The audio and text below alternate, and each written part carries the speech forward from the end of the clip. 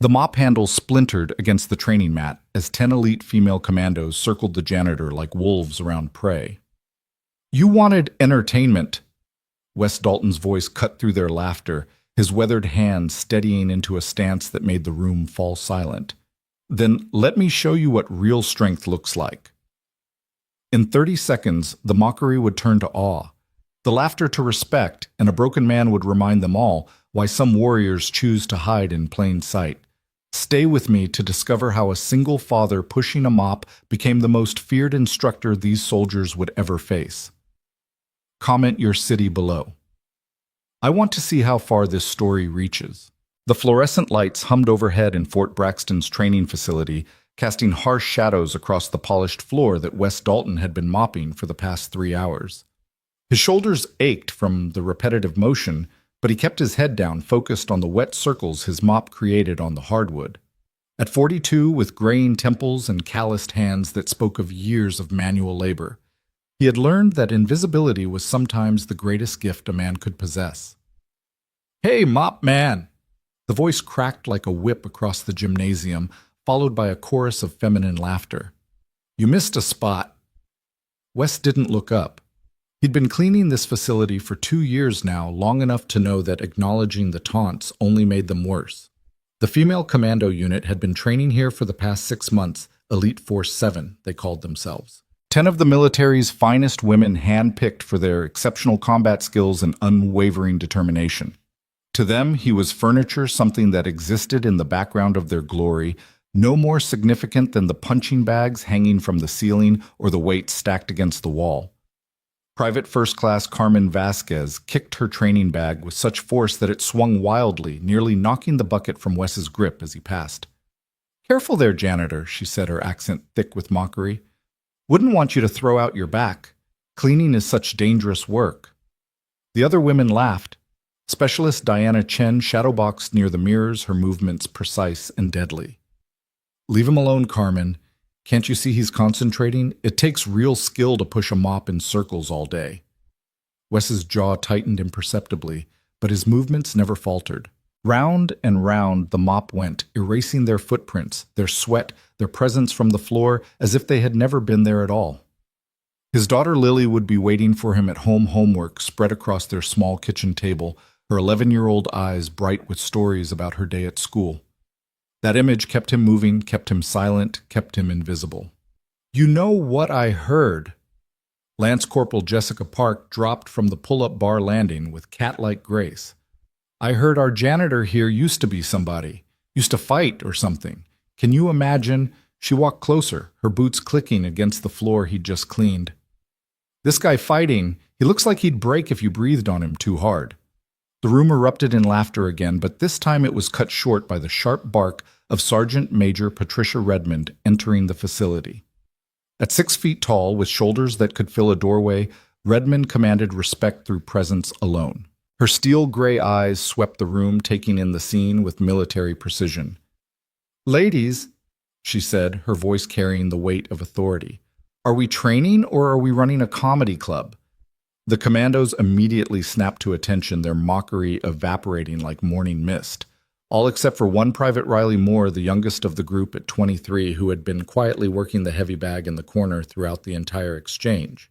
She was the only one who hadn't laughed. The only one who had noticed the slight tremor in Wes's hands. When Jessica had gotten too close, the only one who had seen the way his stance had subtly shifted weight, redistributing in a way that suggested something more than mere discomfort. "Sergeant Major, what?" Carmen said, still standing at attention. "We were just having a bit of fun before." "Fun?" Redmond's eyebrow arched dangerously. "You want fun? How about we make things interesting then?" Her gaze fell on Wes, who had stopped mopping and stood perfectly still, water dripping from the mop head onto his worn work boots. "You, janitor, what's your name?" "Wes Dalton, ma'am," he replied quietly, his voice carrying an unexpected steadiness. "Mr. Dalton." Redmond smiled, but it wasn't a kind smile. It was the smile of a predator who had just spotted something interesting. "My elite soldiers here seem to have excess energy. They think they're invincible, untouchable. How would you like to help me teach them a lesson in humility?" The room went silent. Even the air seemed to pause, waiting. "I'm just here to clean, Sergeant Major," Wes said, his grip tightening on the mop handle. "Come now." Redmond pressed, walking closer. "Surely a man who spends all day watching these warriors train has picked up a thing or two. Besides," she glanced at her soldiers, "my girls could use a confidence boost. Taking down a civilian should be child's play for them." "What do you say, one man against my 10 best? Just a friendly sparring session, for fun." The word fun dripped with sarcasm. This wasn't about training or lessons. This was about entertainment, about putting the hired help in his place, about reinforcing the hierarchy that kept men like Wes at the bottom and warriors like them at the top. "I don't think that's a good idea," Wes said softly. "Scared?" Vasquez called out, breaking formation, despite the breach in protocol. "Come on, Mop Man. We'll go easy on you. Promise." "Yeah," Chen added. "We'll even let you keep the mop as a weapon." More laughter. Even Redmond seemed amused. Only Riley remained silent, her dark eyes fixed on Wes with an intensity that suggested she saw something the others missed. "I'm not scared," Wes said, setting the mop carefully against the wall. "I just don't want anyone to get hurt." The laughter exploded then, loud and mocking. Jessica actually doubled over, holding her stomach. "He doesn't want us to get hurt." "Did you hear that? The janitor is worried about us?" "Mr. Dalton," Redmond said, her voice cutting through the noise, "I'm making this an official request. Consider it part of your duties. Unless, of course, you'd prefer to find employment elsewhere." The threat hung in the air like a blade. Wes needed this job. The pay wasn't much, but it kept a roof over Lily's head, food on their tablecloths, on her back. He couldn't afford to lose it, not with his history, not with the black marks on his record that made finding work nearly impossible. "When?" he asked quietly. "Tomorrow," Redmond replied, satisfaction creeping into her voice. "We're having an exhibition for the brass. They want to see what my girls can do. You'll be the warm-up act. Think of it as your contribution to national security." "Do I have a choice?" "There's always a choice, Mr. Dalton. You can participate or you can clean out your locker. Which will it be?" Wes looked around the room, taking in the eager faces of the commandos, the cruel anticipation in their eyes. All except Riley, who had turned away, unable to watch what was unfolding. "I'll do it," he said finally. "But I have conditions." Redmond laughed. "You have conditions? You're hardly in a position to negotiate." "I won't fight angry," Wes continued, as if she hadn't spoken. "This is a demonstration, not a blood sport. The moment someone loses control, I walk. And my daughter doesn't hear about this. Ever." "Your daughter?" Park asked, genuine surprise in her voice. "You have a kid." "Lily," Wes said. And for the first time emotion crept into his voice, a fierce protectiveness that made several of the commandos step back unconsciously. "She's 11. She thinks her dad is just a janitor who works hard to take care of her. I want to keep it that way." "Touching," Redmond said dryly. "Fine. Your conditions are accepted. Tomorrow, 1400 hours. Don't be late." As Wes picked up his mop and bucket to leave, Riley finally spoke up. "Sergeant Major, is this really necessary? The man is just trying to do his job." "Private Moore," Redmond's voice turned icy. "Are you questioning my judgment?" "No, ma'am. I just think—" "You're not paid to think private. You're paid to follow orders, and tomorrow your orders are to put this janitor in his place. All of you. Understood?" "Yes, Sergeant Major?" They responded in unison, though Riley's voice was noticeably quieter than the others. As Wes walked toward the exit, he passed close to Riley. Without looking at her, he said quietly, "Thank you for speaking up. Not many would have." "I'm sorry," she whispered back. "This isn't right." "Very little in life is," Wes replied, pushing open the door. "But we make do with what we have." The door closed behind him with a soft click, leaving the commandos to their training and their anticipation. They had no idea what they had just set in motion, no understanding of the man they had chosen to humiliate. In their arrogance, they saw only a middle-aged janitor with tired eyes and worn clothes. They didn't see the scars hidden beneath his long sleeves, didn't know about the nightmares that still woke him at 3 in the morning. Didn't understand that some men became janitors, not because they couldn't do anything else, but because they were trying to forget what they could do all too well. That night, Wes sat at the small kitchen table in his apartment watching Lily work through her math homework. Her tongue stuck out slightly when she concentrated just like her mother used to do. The resemblance was a knife in his heart every time he saw it, but it was a wound he welcomed. It kept Sarah's memory alive, kept her present in their lives, even though she'd been gone for 3 years now. "Dad," Lily said suddenly, looking up from her worksheet, "Katie's mom said she saw you at the military base today. She said you work with real soldiers." "I work near them," Wes corrected gently. "I clean the facilities they train in." "That's still cool," Lily said with the enthusiasm only a child could muster for something so mundane. "Maybe someday you could meet them, talk to them. Katie's mom said they're these super tough warrior women, like Wonder Woman." "Maybe," Wes said, his smile not quite reaching his eyes. "Do you think they're brave, Dad?" "The soldiers," Wes considered the question carefully. "I think bravery comes in many forms, sweetheart. Sometimes the bravest thing a person can do is walk away from a fight." Lily wrinkled her nose. "That doesn't sound very brave." "No," Wes agreed, thinking of tomorrow, of what he would have to do, of what he would have to become again, even if just for a moment. "I suppose it doesn't." Later, after Lily had gone to bed, Wes stood in his small bedroom staring at the locked trunk beneath his bed. He hadn't opened it in 5 years, hadn't wanted to face what was inside. But tomorrow would require him to remember, if only to ensure he maintained enough control to keep his promise to not fight angry, to not let them see what he truly was, to protect them from the monster he had worked so hard to bury. With trembling hands, he pulled out the trunk and opened it. Inside, wrapped in old newspaper, lay the remnants of another life. A black belt worn and frayed at the edges. A photograph of him standing in a ring arm raised in victory blood streaming down his face, but smiling. Another photograph, this one of a different fight, a different outcome. His opponent on the ground, not moving, never to move again. The headlines from the newspapers: "Underground fighter kills opponent in brutal match." "Former champion charged with manslaughter." "Fighter released after charges dropped, self-defense ruling." And beneath it all, a small pink ribbon, not from his fighting days, but from another battle entirely. The one he had lost when cancer took his first daughter, Emma, when she was only 7. The daughter from his first marriage, before he met Sarah, before Lily. The daughter whose death had driven him into the underground fighting circuit in the first place, seeking pain to match what he felt inside, seeking punishment for surviving, when she hadn't. He closed the trunk quickly, as if the memories might escape and contaminate the life he had built with Lily. Tomorrow, he would have to open doors he had locked for good reason.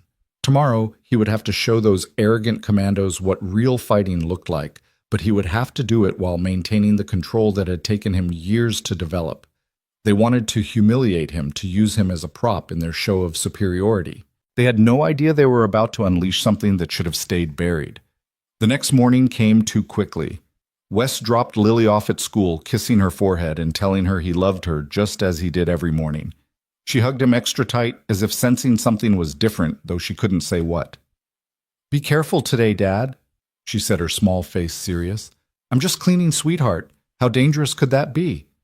She smiled, reassured, and ran off to join her friends. Wes watched her go, memorizing the bounce in her step, the way her backpack shifted with each movement, the sound of her laughter as she greeted her classmates.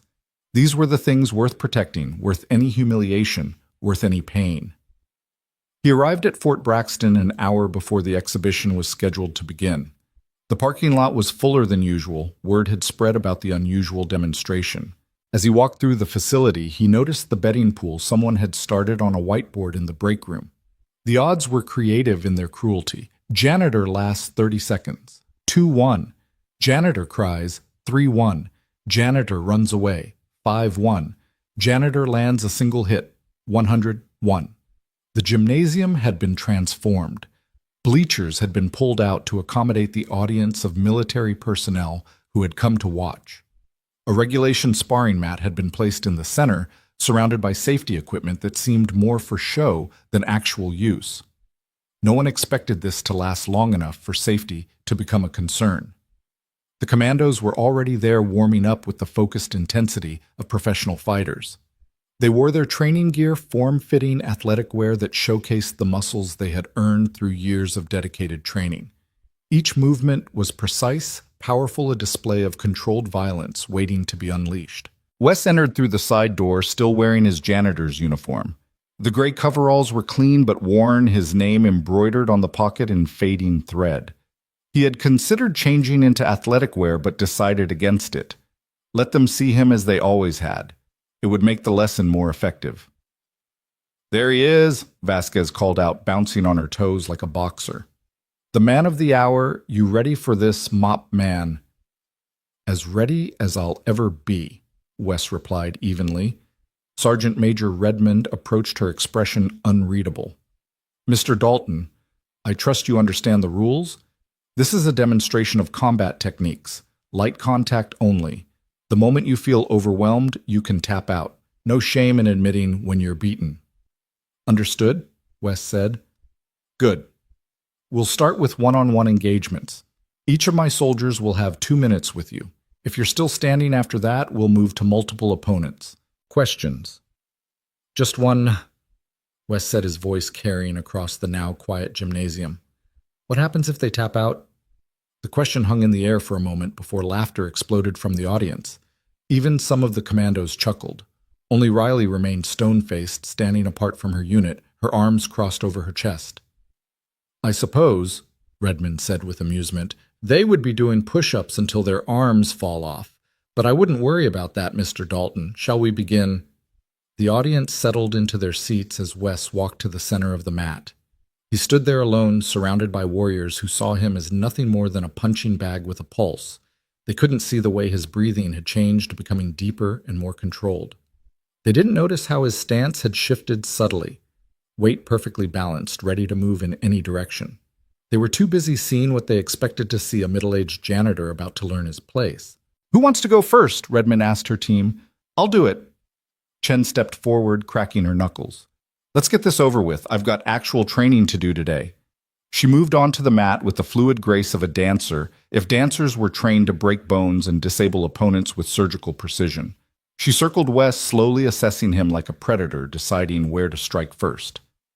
"You can still back out," she offered, though her tone suggested she hoped he wouldn't. "No one would blame you." "I appreciate the concern," Wes replied, his eyes tracking her movement without his head turning. "But I made a commitment." "Your funeral." Chen shrugged, and then she moved. She was faster than most fighters Wes had encountered in his previous life. Her opening combination was textbook perfect, a feint with the left, followed by a right cross aimed at his solar plexus, designed to knock the wind out of him and end this quickly. It was a good strategy, well executed, but Wes wasn't where she expected him to be. He had moved at the last possible moment, a small shift of weight that carried him just outside her strike zone. Her fist passed through empty air, her momentum carrying her forward. As she passed, Wes placed a gentle hand on her shoulder, using her own force to guide her past him. To the audience, it looked like Chen had simply missed, thrown off balance by nerves or overconfidence. She spun quickly, eyes narrowing. "Lucky," she muttered, resetting her stance. She came at him again, this time with a series of kicks that would have been beautiful if they weren't meant to cause harm. High, low, middle, a pattern designed to overwhelm an opponent's defenses. But Wes moved like water flowing around her attacks rather than meeting them head-on. He never struck back, never took an aggressive stance. He simply wasn't where she aimed. Frustration crept into Chen's movements. She was one of the best fighters in her unit, had won numerous competitions, had never lost a sparring match to anyone below her rank. But this janitor, this nobody, was making her look like an amateur. Her attacks became wilder, more aggressive, fueled by embarrassment and anger. That's when Wes finally acted. As Chen threw a particularly vicious roundhouse kick, Wes stepped inside her guard. His hand touched her standing leg just behind the knee, a gentle touch, barely more than a brush, but perfectly placed.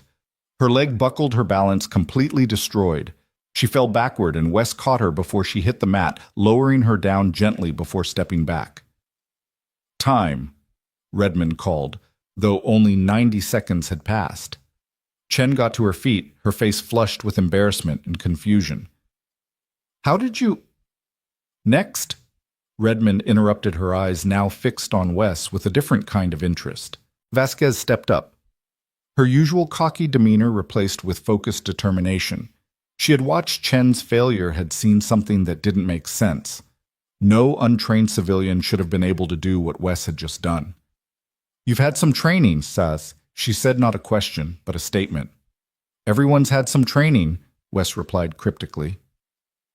Vasquez didn't waste time with testing strikes. She went straight for grappling, attempting to use her superior strength and training to take Wes to the ground where technique mattered less than raw power. She shot low, aiming to wrap her arms around his waist and drive him backward. But Wes sprawled at the perfect moment, his weight dropping onto her back, his arms controlling her shoulders. For a brief moment, he had her in a position where he could have applied a dozen different submissions. The audience, at least those who understood what they were seeing, gasped.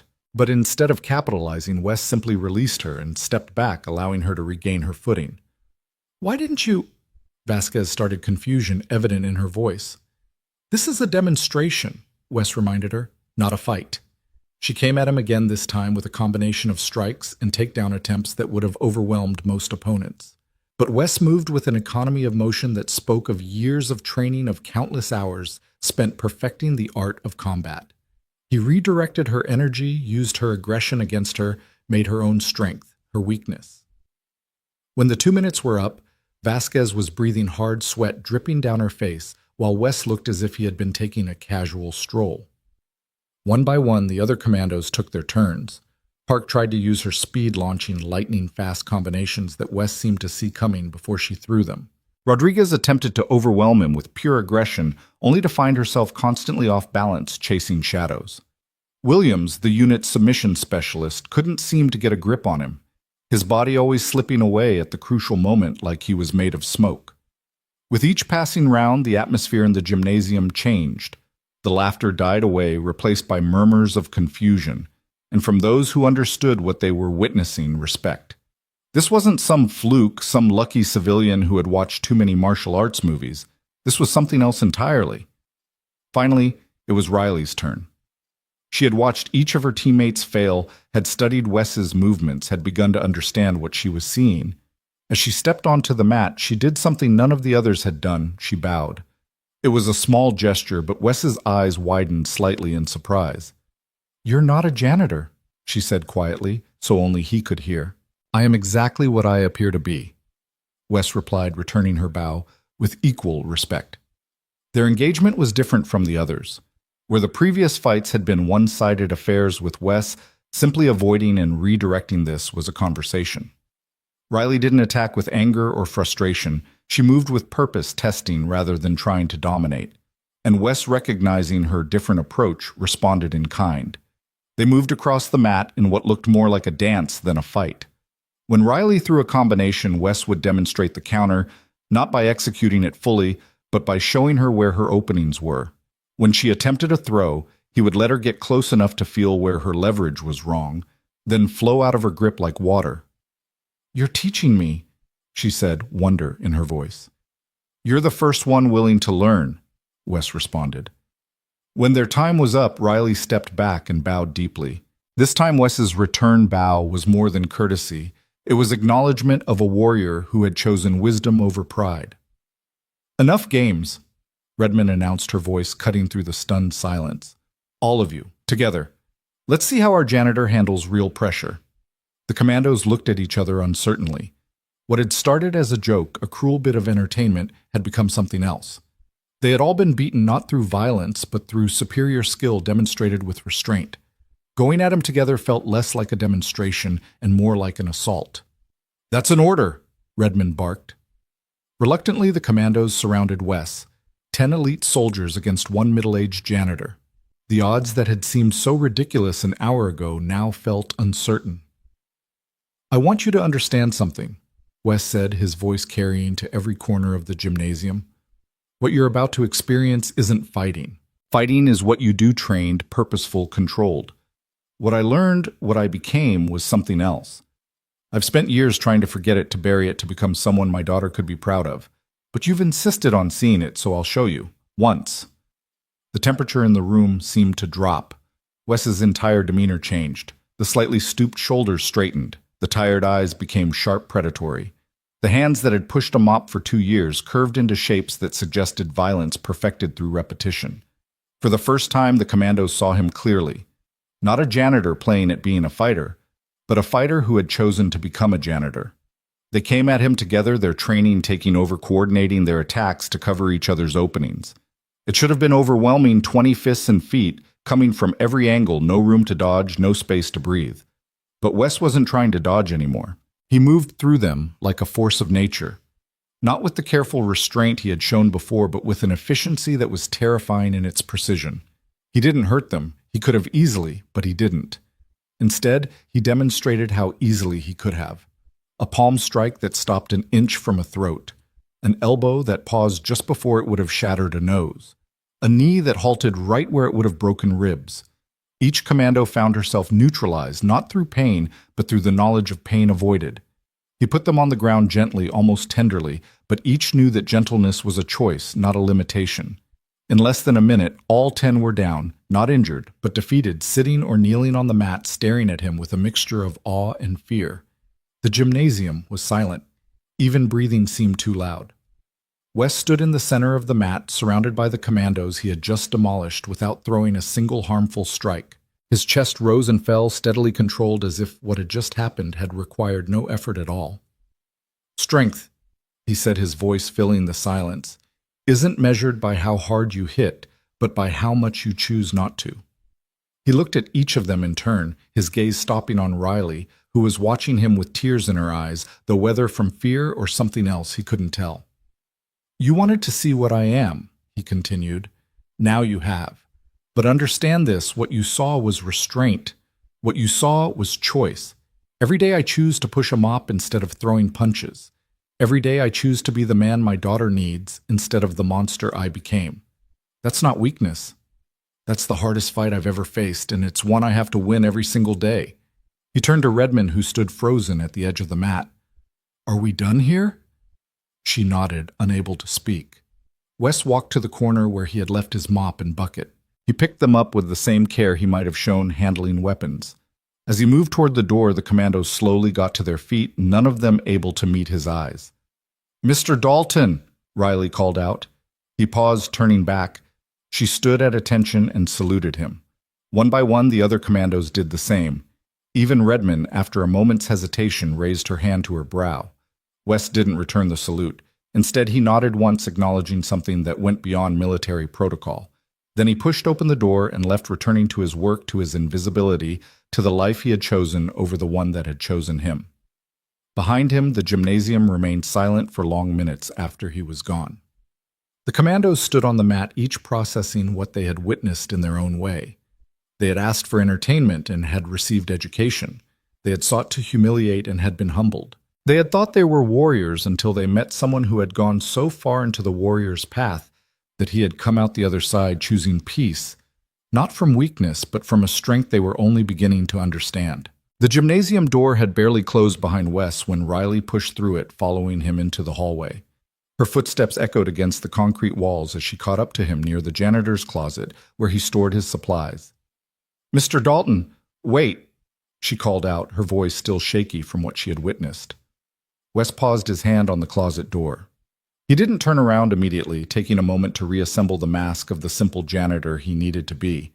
When he finally faced her, his expression was carefully neutral.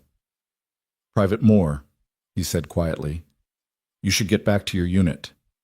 They don't need me right now, Riley replied, moving closer. They're all still trying to figure out what just happened. Sergeant Major dismissed us for the day. I think she needs time to process it too. Wes opened the closet and began organizing his supplies with methodical precision, each movement deliberate and calming. The familiar routine helped ground him, pulling him back from the edge he'd been forced to approach. There's nothing to process, he said, not looking at her. It was just a demonstration. That wasn't just anything, Riley insisted. I've trained with Olympic athletes, special forces operators, martial arts masters from around the world.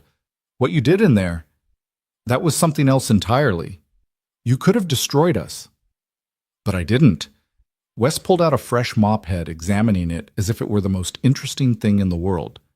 That's all that matters. Riley was quiet for a moment, watching him work. There was something deeply sad about seeing someone with such incredible skill reduced to cleaning floors, but she was beginning to understand it wasn't reduction at all. It was choice. "Who were you?" she asked finally. Before this, Wes's hand stilled. For a long moment, the only sound was the distant hum of the ventilation system. When he spoke, his voice was barely above a whisper. "Someone who didn't know when to stop," he said. "Someone who thought strength meant never backing down, never showing mercy. Someone who learned too late that real strength is knowing when to walk away." What changed? Wes reached into his wallet and pulled out a small photograph worn soft from handling. He held it out to Riley, who took it gently. The image showed a young girl, maybe 7 years old, with bright eyes and a gap-toothed smile. She was wearing a pink ribbon in her hair and holding a stuffed elephant. "Emma," Wes said, his voice thick with emotion. "My first daughter. She died 8 years ago. Leukemia." Riley handed the photo back carefully, as if it were made of spun glass. "I'm sorry. After she died, I lost myself." Wes continued, tucking the photo away. "I started fighting in underground circuits, not for money or glory, just for the pain. I wanted to hurt as much on the outside as I did on the inside. I became very good at it, too good." He pulled the bucket from the closet, filling it with water from the utility sink. The mundane action seemed to give him strength to continue. "There was a fight in Phoenix. My opponent was young, cocky, thought he was invincible. He came at me hard, no defense, all offense. I should have just defended, let him tire himself out. But I was angry that day. Emma would have been 10, and I was angry at the world for continuing to spin without her." Riley remained silent, sensing this was something Wes needed to say, perhaps had needed to say for a long time. "I hit him once, just once, but with everything I had, everything I was. He went down and didn't get up. Died right there in the ring, 23 years old with his whole life ahead of him, and I took it away because I couldn't control my pain." "It was an accident," Riley said softly. "These things happen in fighting." "No." Wes shook his head firmly. "An accident is when you try to do one thing and another happens. I tried to hurt him, and I succeeded beyond measure. The fact that I didn't intend to kill him doesn't make me less responsible." He started pushing the bucket down the hallway, and Riley walked beside him, matching his pace. "The charges were dropped," Wes continued. "Self-defense, they said. But I knew better. I knew what I had become, so I stopped. Walked away from fighting completely. Met Sarah a year later, had Lily tried to build something good from the ashes of what I'd destroyed." Sarah was Lily's mother. "Yeah." Wes's expression softened. "She knew about my past, about Emma, about what I'd done. She loved me anyway. Said everyone deserved a second chance at redemption.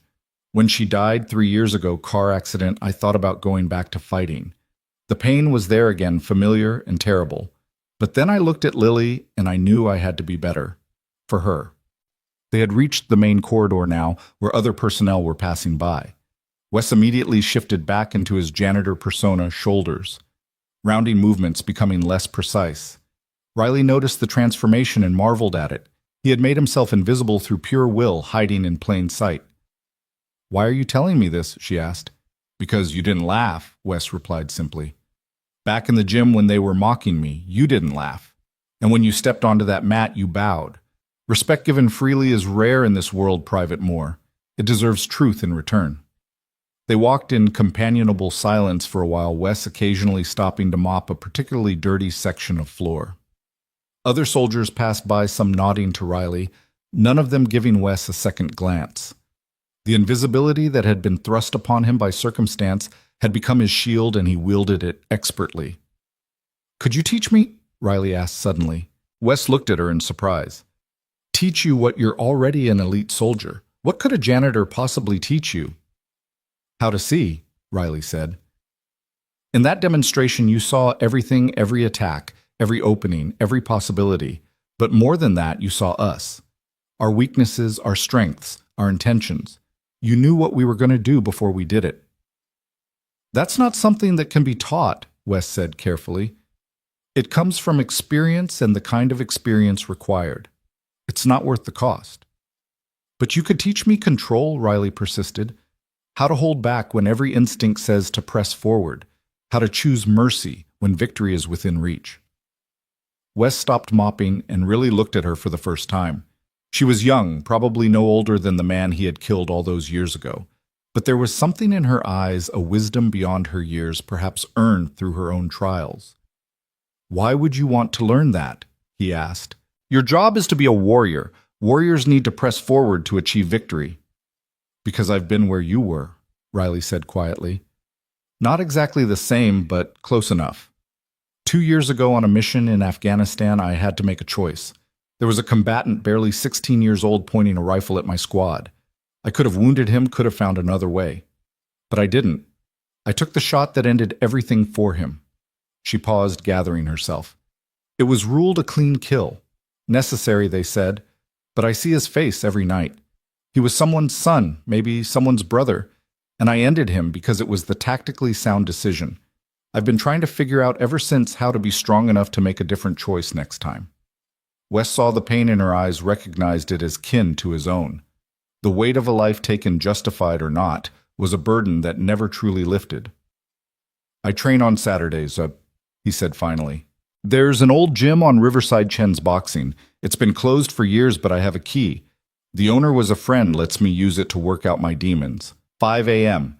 If you're there, I'll teach you what I can. If you're not, we never had this conversation." Riley nodded, understanding the trust being offered. "I'll be there." As she turned to leave, Wes called after her, "Private Moore. What you did today, standing up for me when the others were laughing, that took courage. Don't lose that. The world needs people who will stand up for those who can't or won't stand up for themselves." She smiled, the expression transforming her serious face. "My father used to say something similar. He was a janitor too, actually, at my high school. I watched kids mock him for years, never knowing he had a PhD in engineering. He took that job to be close to me after my mom died, to make sure I got home safe every day. He taught me that dignity isn't about what others think of you, but about what you know of yourself." "Sounds like a wise man." "He was," Riley said. "He passed last year, cancer. I joined the military because I wanted to be strong, to never feel helpless again, like I did watching him fade away. But I'm starting to understand that the strength I was looking for isn't the kind they teach in basic training." She gave him a small salute, less formal than before, more personal. Then she was gone, leaving Wes alone with his mop and his thoughts. The rest of the day passed quietly. Word of what had happened in the gymnasium spread through the base like wildfire, but twisted in the telling as such stories do. By evening, the versions Wes overheard ranged from him being a former Navy SEAL to a disgraced MMA champion to a foreign spy maintaining cover. He found the rumors amusing in their absurdity, each one further from the truth than the last. When his shift ended, Wes drove to Lily's school to pick her up from aftercare. She was waiting by the door, backpack dragging on the ground, her face lighting up when she saw him. "Dad!" she exclaimed, running to hug him. "Mrs. Peterson said we're having a special assembly tomorrow. Some soldiers are coming to talk to us about careers in the military. Isn't that cool?" "Very cool." Wes agreed, though something cold settled in his stomach. "Did she say which soldiers?" "Some special unit from Fort Braxton. Elite Force something. Girl soldiers, I'm so excited. Maybe they'll be like the ones you work near." Wes kept his expression neutral as he helped her into the car. Of course it would be them. The universe had a sense of humor, it seemed. That evening, as he prepared dinner while Lily did homework, his phone rang. The number was unfamiliar, but he answered anyway.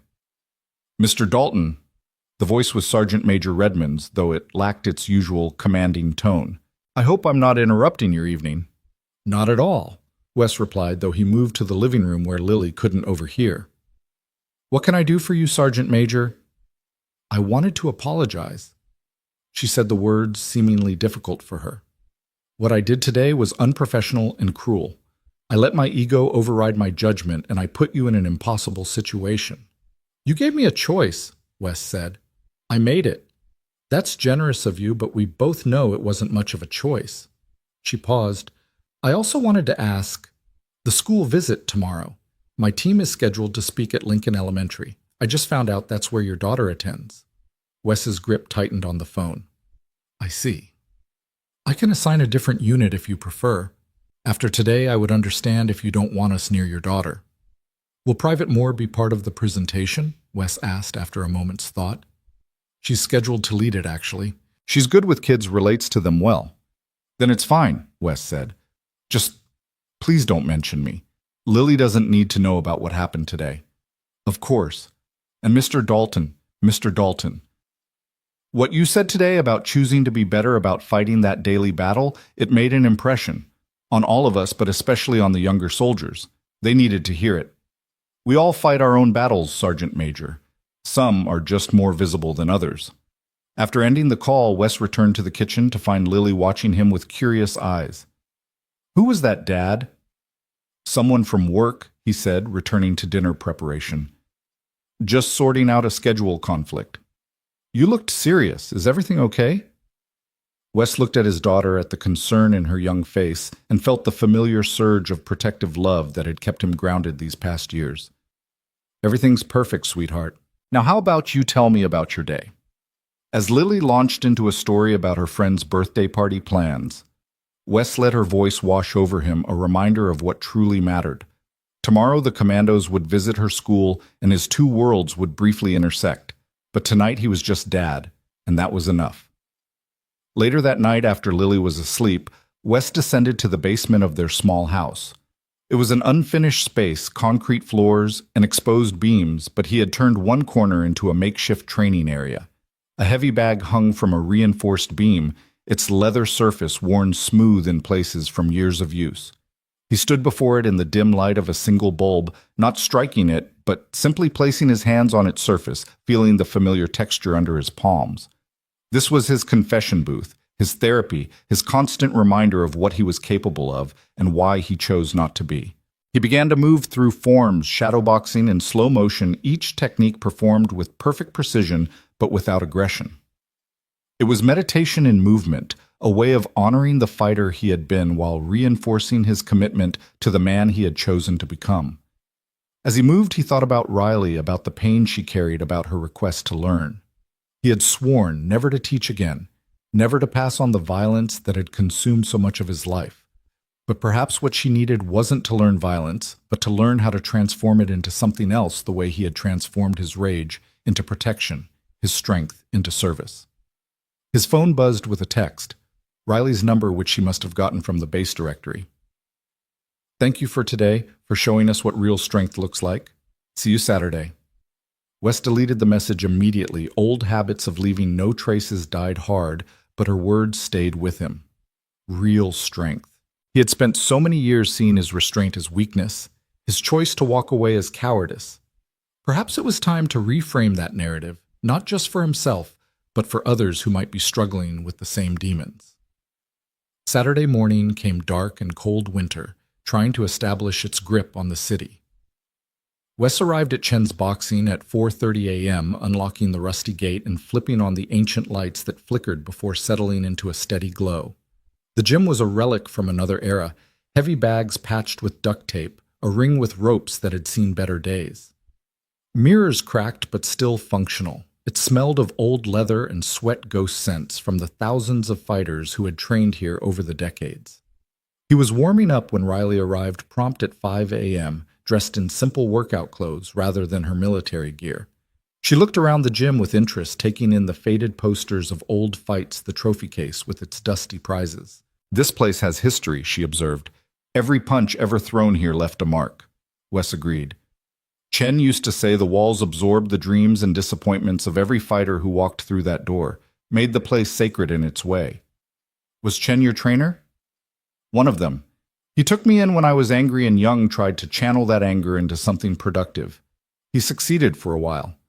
When I quit fighting after Emma died, he was the only one who understood. Gave me a key, told me the gym would be here whenever I needed to remember or forget. Riley moved to the center of the floor, assuming a ready stance. So what do I need to learn? First, you need to unlearn, Wes said, walking around her slowly. Show me your strongest attack. Don't hold back. Riley hesitated for only a moment before launching into a combination that would have devastated most opponents.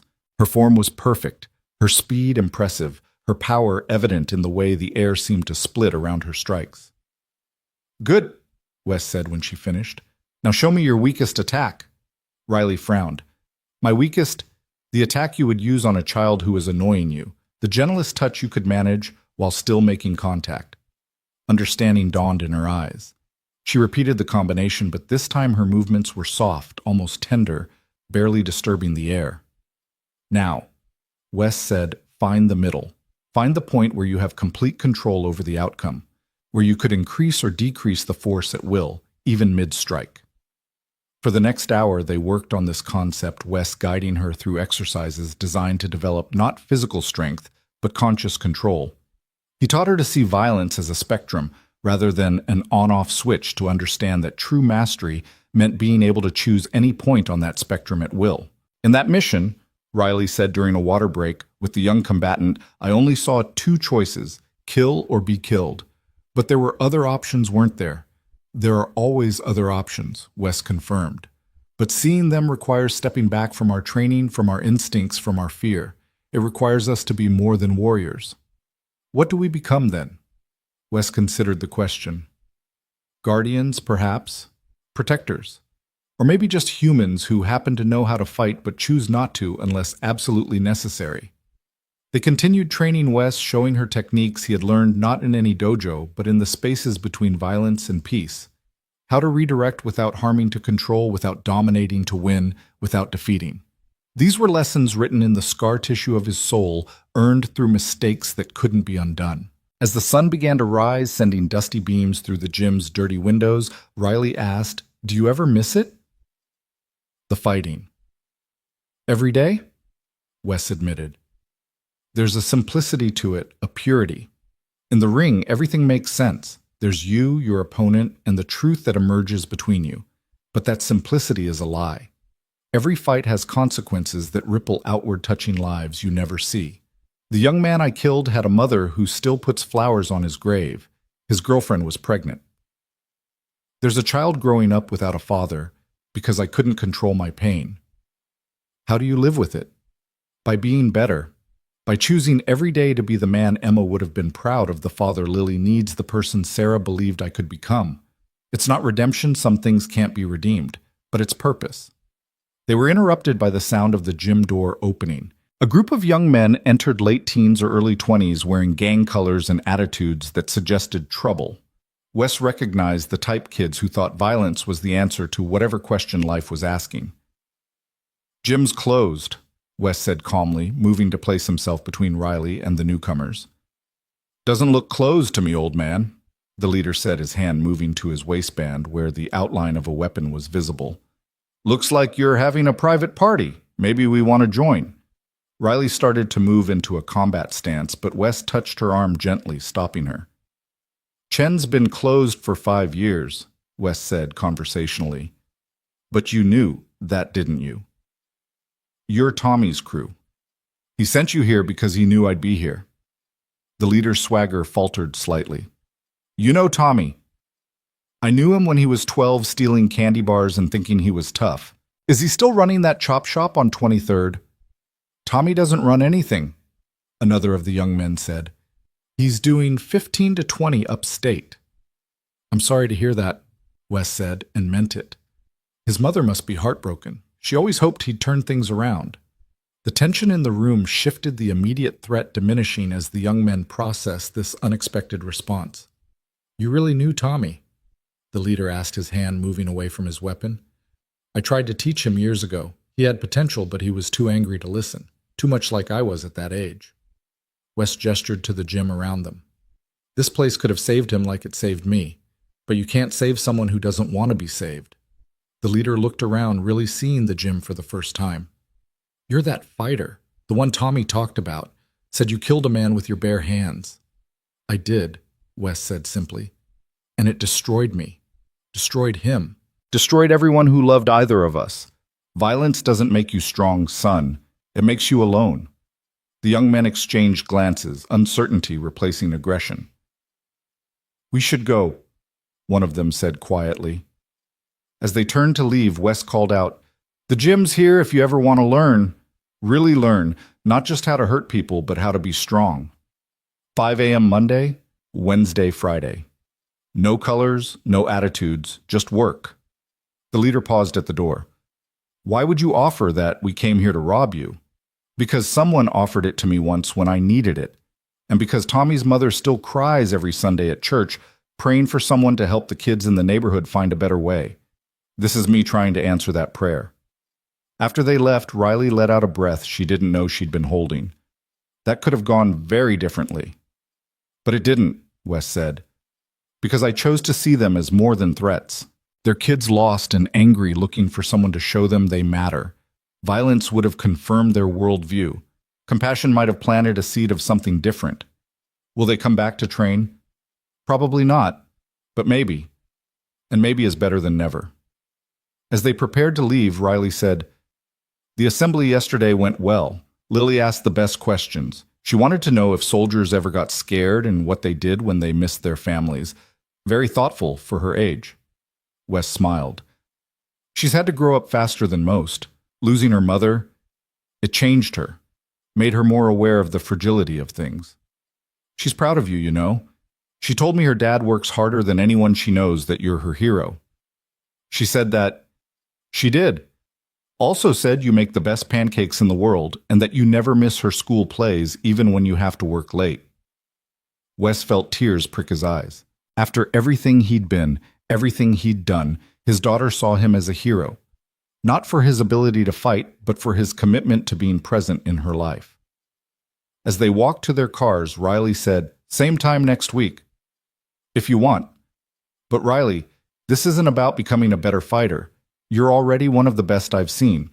This is about becoming a better person who happens to know how to fight." "I understand. That's exactly what I want." As Wes drove home, he thought about the strange turns life could take. Yesterday, he had been forced to reveal a part of himself he'd kept hidden for years. Today, he had begun teaching again, but teaching differently than before. He was no longer creating fighters, but helping warriors find their way back to humanity. When he arrived home, Lily was awake, sitting at the kitchen table with a bowl of cereal and a book. "You're up early, sweetheart," he said, kissing the top of her head. "I wanted to catch you before you left for work," she said. "Dad, the soldier who came to our school yesterday." "Private Moore, she said she knew you, said you were one of the good ones." Wes kept his expression neutral. That was nice of her to say. "She seemed really cool, strong but nice, you know, like she could protect people but would rather help them." "That's a good way to be," Wes agreed. Lily looked up at him with those eyes that seemed to see too much sometimes. "Dad, were you ever anything besides a janitor?" The question hung in the air between them. Wes could feel the weight of truth pressing against his chest, wanting to be spoken. But looking at his daughter's innocent face, he knew some truths could wait. "I've been a lot of things, sweetheart," he said finally, "but the only thing that matters is that I'm your dad." She smiled, satisfied with that answer, and returned to her book. Wes started preparing breakfast, the familiar routine grounding him in the present. Outside, the sun was fully up, painting the kitchen in warm golden light. It was going to be a good day. The weeks that followed developed into a rhythm that Wes hadn't experienced in years. His Saturday morning sessions with Riley became a fixed point in his life, something he found himself looking forward to despite his initial reservations. She was a dedicated student, absorbing not just the physical techniques, but the philosophy behind them, the careful balance between capability and restraint that had taken him years of painful experience to understand. On this particular Saturday, 6 weeks after their first training session, Riley arrived at the gym with someone else.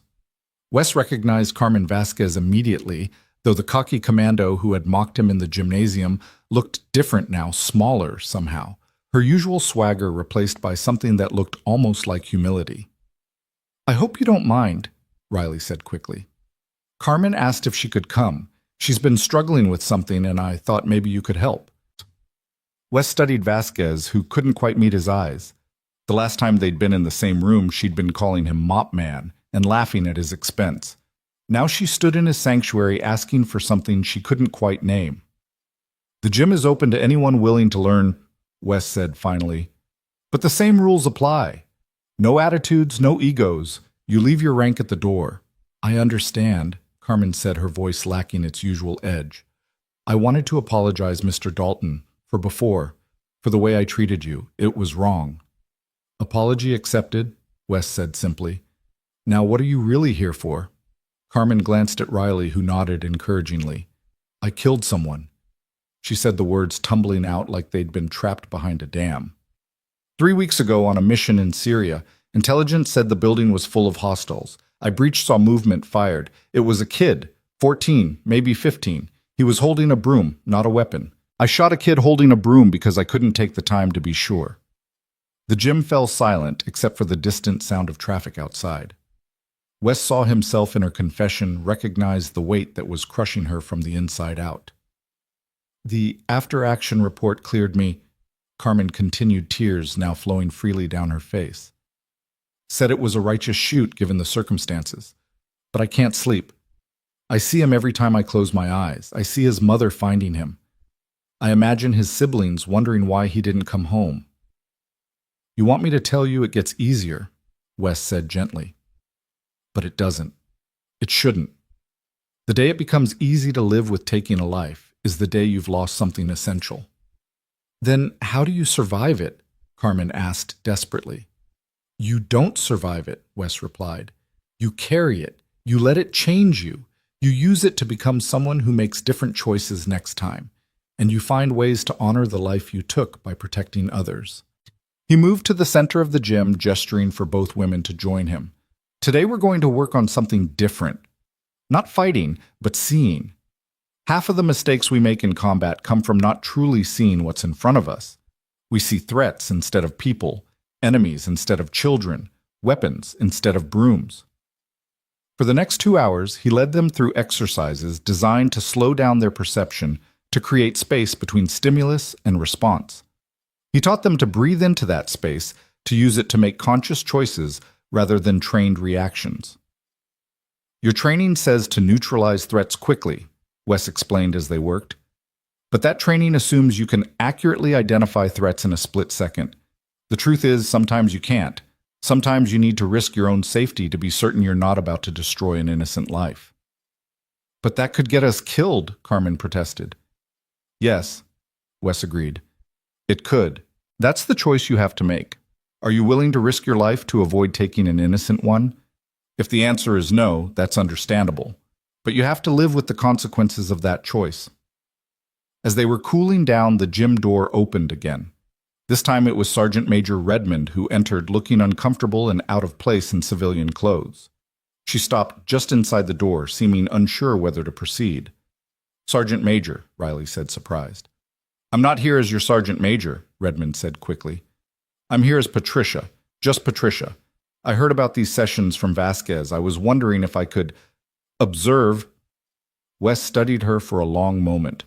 The woman who had tried to humiliate him, who had used her authority to force him into that demonstration, was asking permission to enter his space. The irony wasn't lost on him. You can participate or you can leave, he said. I don't do observers. Redmond nodded, moving to join the group. Then I'll participate. Why? Wes asked directly. Your career military, a leader of warriors. What could you possibly want from a janitor's Saturday morning gym session? Redmond was quiet for a moment, seeming to gather herself. Because I've been in the military for 22 years, and in all that time I've never seen anything like what you did in that gymnasium. Not the physical part, I've seen plenty of skilled fighters, but the control, the choice to not destroy when you could have. I've been thinking about it every day since. She paused, then continued. I've always believed that strength meant dominance, that victory required defeating your enemy completely. But watching you that day, seeing how you chose mercy when you had every right to choose revenge, it made me question everything I thought I knew about strength. And my father is dying, she added quietly, the words seemingly surprising her as they emerged. Pancreatic cancer, stage 4. The doctors say he has maybe 2 months. He was career military too, a hard man who taught me that showing weakness was the worst thing you could do. I've been strong my whole life, Mr. Dalton, but sitting next to his hospital bed watching him fade away, I realize I don't know how to be strong in any way that actually matters. The admission hung in the air, vulnerable and raw. Carmen and Riley exchanged glances, having never seen their commanding officer display anything approaching emotional vulnerability. Strength that matters, Wes repeated softly. That's not something you learn in basic training or officer candidate school. It's something you learn in hospital rooms and funeral homes in the moments when your world falls apart, and you have to decide who you're going to be in the ruins. He walked over to an old equipment locker and pulled out a pair of worn boxing gloves, the leather cracked with age. These were my daughter Emma's. I bought them for her 7th birthday. She wanted to learn to fight like Daddy. We had exactly 3 lessons before she got too sick to continue. She died 2 months later. He handed the gloves to Redmond. Wear these today, not to fight, but to remember that everything we do, every choice we make, ripples outward to touch lives we might never see. For the rest of the morning, Wes led the 3 women through exercises that had nothing to do with combat effectiveness and everything to do with human effectiveness. He taught them to find stillness in motion, to create space for compassion, even in conflict, to see opponents as people with their own stories and sorrows. As they were preparing to leave, Redmond said, "My unit is being deployed in 2 weeks. Afghanistan, 6-month rotation." "All of you?" Riley asked. "Everyone except Moore," Redmond replied. "She's been selected for a special training program. Advanced tactical instruction with a focus on minimizing civilian casualties. Apparently someone high up was impressed with her recent performance evaluations." Riley looked surprised. "I wasn't told about any selection." "You're being told now," Redmond said with a slight smile. "The program starts next month. It's a career-making opportunity." After Redmond and Vasquez left, Riley stayed behind to help Wes clean up the gym. "You arranged that, didn't you?" she said. "The training program." "I made a phone call," Wes admitted, "to someone who owed me a favor from a long time ago. You have the potential to be more than just another warrior, Riley. This program will give you the tools to make real change in how military operations are conducted." "Why would you do that for me?" "Because you remind me of someone I could have been if I'd made different choices earlier in my life. And because the military needs people like you, people who understand that true strength sometimes means choosing not to fight." Riley was quiet for a moment, then said, "Lily's birthday is next week, isn't it?" "She mentioned it at the school assembly." "Tuesday," Wes confirmed. "She'll be 12. "What does she want?" Wes smiled. "She wants to take a self-defense class. Says she wants to be strong like the soldiers who visited her school. I've been trying to figure out how to handle that." "You could teach her yourself." "That's the problem," Wes said. "I don't want her to learn what I know. I want her to learn something better, something that doesn't come from violence and pain." "Then teach her what you're teaching us," Riley suggested. "Not how to fight, but how to be strong without fighting." That afternoon, Wes picked up Lily from her friend's house where she'd spent the night. She was bubbling with excitement about something practically bouncing in her seat as he drove. "Dad, you'll never guess what happened," she exclaimed. "Sophie's mom knows Private Moore from the assembly. She said Private Moore teaches a kid's self-defense class at the community center. Can I sign up?" "Please, it's starting next week, and Sophie's going too, and her mom said she could drive us both if you're working." Wes glanced at his daughter's eager face in the rearview mirror. The universe, it seemed, had its own plans. "We'll see," he said, though he already knew he'd say yes. Riley had clearly been busy. That evening, as Lily did homework and Wes prepared dinner, his phone rang. The number was unfamiliar international. "Mr. Dalton." The voice was male-accented formal. "My name is Hiroshi Yamamoto. I represent the International Combat Sports Federation." Wes's blood ran cold. He hadn't heard from anyone in that world for years. "I'm not interested in whatever you're offering." "Please just hear me out," Yamamoto said quickly. "We're not asking you to fight. We're asking you to speak. We're organizing a symposium on combat sports safety and ethics. Your incident in Phoenix has become a case study in our training programs. We'd like you to share your perspective to help young fighters understand the real consequences of uncontrolled violence."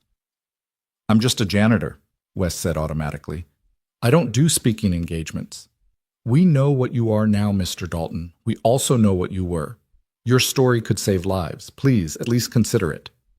Wes was about to refuse when Lily called from the living room. "Dad, there's something on TV about a fighter who died. They're saying it could have been prevented." He looked toward his daughter, then back at the phone. Everything was connected, it seemed. Every choice, every moment, every life touched by violence or saved from it. "Send me the information," he said finally. "I'll think about it." After dinner, as Lily got ready for bed, she asked, "Dad, why do people fight? I mean, really fight, not just argue." Wes sat on the edge of her bed, considering his answer. Sometimes people fight because they're scared, sometimes because they're angry, sometimes because they don't know any other way to be heard. "But you don't fight," Lily observed, "even when people are mean to you, like that time at the grocery store when that man yelled at you for being in his way." "Fighting doesn't solve problems, sweetheart. It just creates new ones." "But what if someone tries to hurt me? Should I fight then?" "You should protect yourself," Wes said carefully. "But protection doesn't always mean fighting. Sometimes it means running. Sometimes it means calling for help. Sometimes it means using your words to de-escalate a situation." "Private Moore said something similar at the assembly," Lily said. "She said the best fighters are the ones who never have to fight." "Private Moore sounds very wise." "Dad," Lily's voice grew smaller, "do you think Mom would be proud of who I'm becoming?" Wes felt his throat tighten. "I know she would be. She is proud wherever she is." "I miss her." "I miss her too, sweetheart. Every day." "But we're okay, right?" "You and me." "We're more than okay," Wes assured her. "We're family, and family takes care of each other no matter what." After Lily fell asleep, Wes stood in her doorway for a long moment, watching her breathe. She looked so much like Sarah when she slept peaceful and unguarded. He thought about the symposium invitation, about the opportunity to maybe prevent other children from losing their parents to violence, other parents from losing their children to rage. He walked quietly to his bedroom and opened his laptop, something he rarely did. The email from Yamamoto was already waiting, detailed and professional. The symposium was in 3 months in Las Vegas, of all places, the city where he'd had some of his biggest victories and suffered some of his greatest defeats. They were offering to cover all expenses plus a speaking fee that would pay for Lily's college textbooks for a year. But it wasn't about the money. It was about the platform, the chance to speak to young fighters who were where he had been angry and invincible and unaware of how quickly invincibility could turn to tragedy. He began typing a response, then stopped. This wasn't a decision to make alone. He picked up his phone and called Riley. "I got an interesting offer today," he said when she answered. "A chance to speak at a combat sports symposium about what happened in Phoenix, about the consequences of uncontrolled violence." "That sounds like an important opportunity," Riley said carefully, "but also potentially painful." "Everything important is painful," Wes replied. "I'm thinking about accepting, but it would mean being public about my past. Lily would eventually find out. Everyone would." "Have you considered that maybe it's time?" Riley suggested. "You've been hiding for years, Wes, not from the law or from justice, but from yourself. Maybe stepping into the light, owning your story completely is the next step in your journey. And if Lily is ashamed of me, if she can't look at me the same way once she knows what I've done, then you'll deal with that together," Riley said firmly. "But I think you're underestimating her. She's stronger than you think, and she loves you more than you know.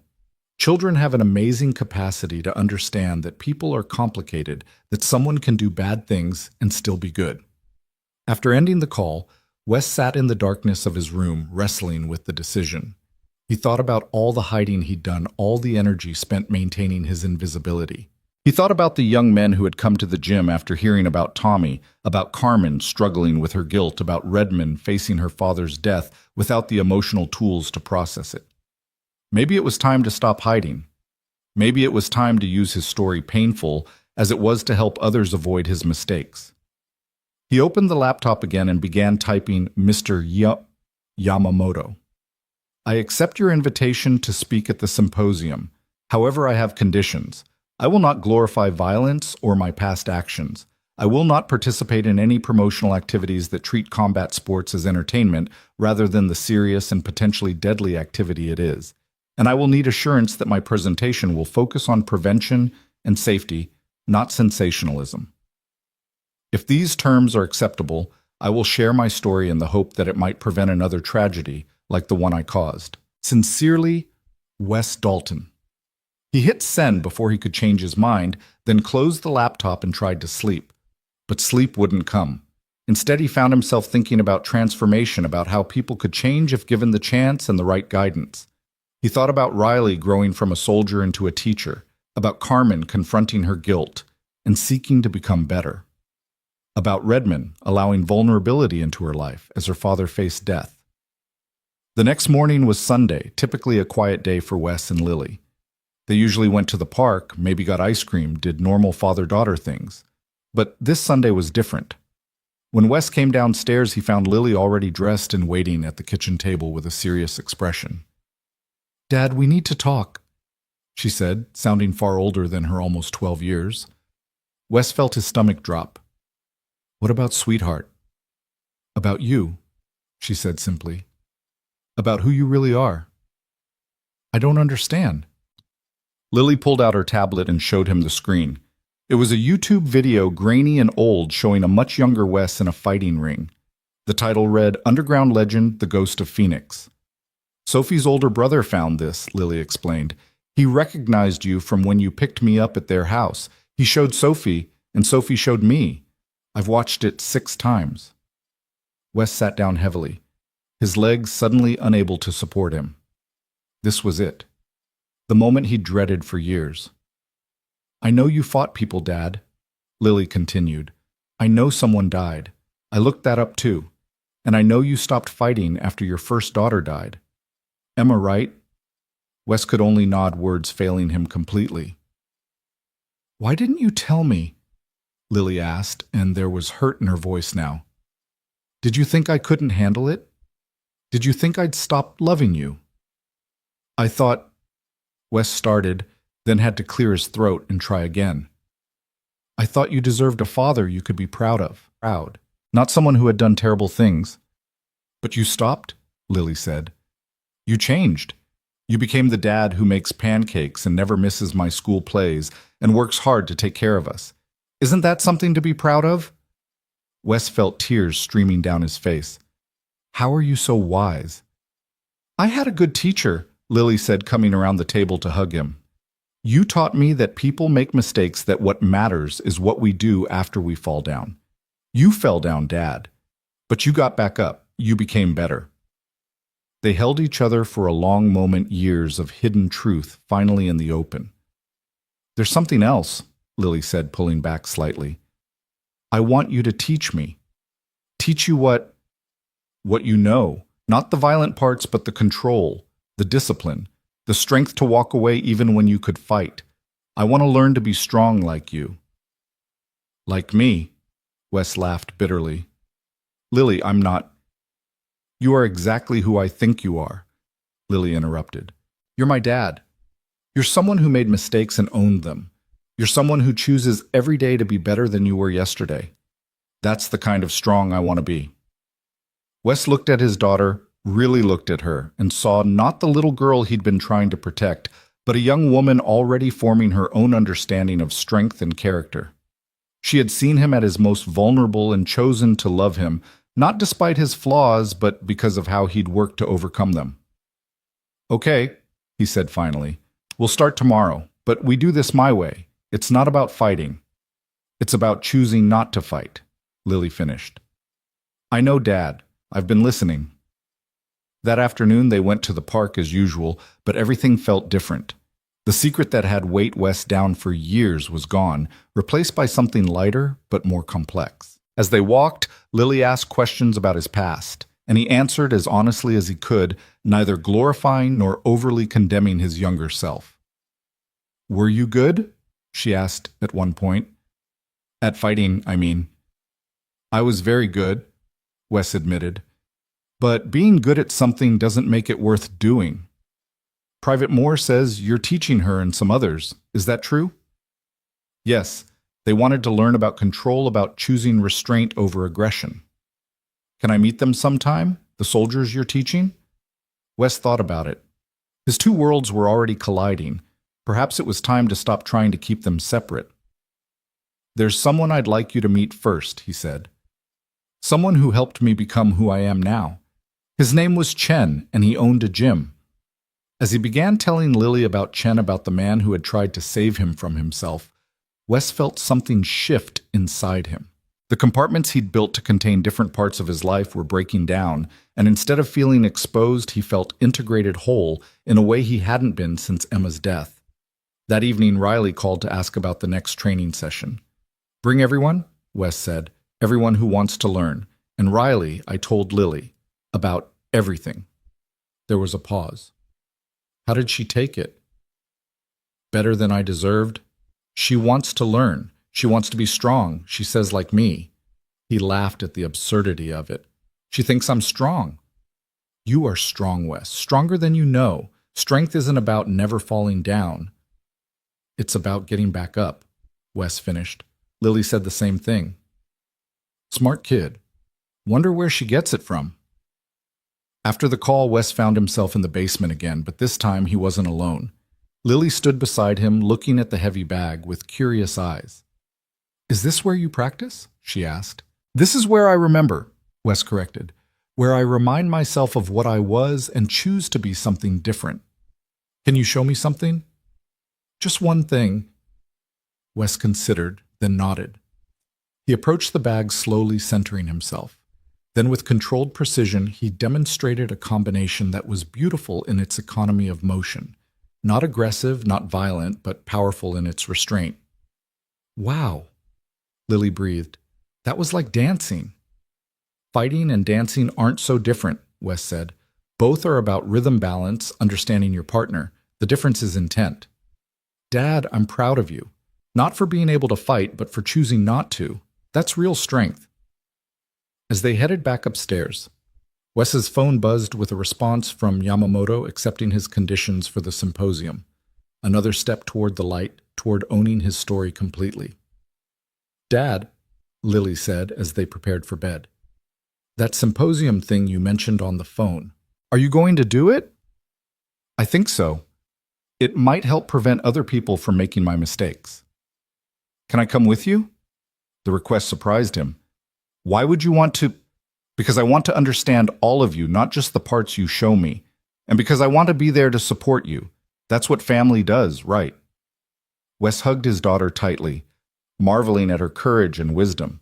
That's exactly what family does. The morning of Lily's 12th birthday arrived with unexpected spring warmth, sunlight streaming through the kitchen windows as Wes prepared her favorite breakfast. Chocolate chip pancakes with whipped cream, a tradition Sarah had started, and one he'd maintained religiously since her passing. Lily came downstairs still in her pajamas, her face brightening at the sight of the birthday spread. Happy birthday, sweetheart, Wes said, pulling her into a hug that she returned fiercely. Thanks, Dad. This looks amazing. She settled at the table, then looked at him with those perceptive eyes. You seem different lately. Lighter, somehow. Do I? Wes sat across from her with his coffee. Maybe it's because I don't have to hide anymore. Secrets are heavy things, Lily. Carrying them changes how you move through the world. Is that why you're going to that symposium, to stop carrying secrets? Partly, but mostly to help others avoid creating secrets they'll have to carry. Before Lily could respond, there was a knock at the door. Wes opened it to find Riley standing there with a wrapped gift, but she wasn't alone. Behind her stood Carmen, Diana Chen, Jessica Park, and surprisingly, Patricia Redmond out of uniform. We hope we're not intruding, Riley said.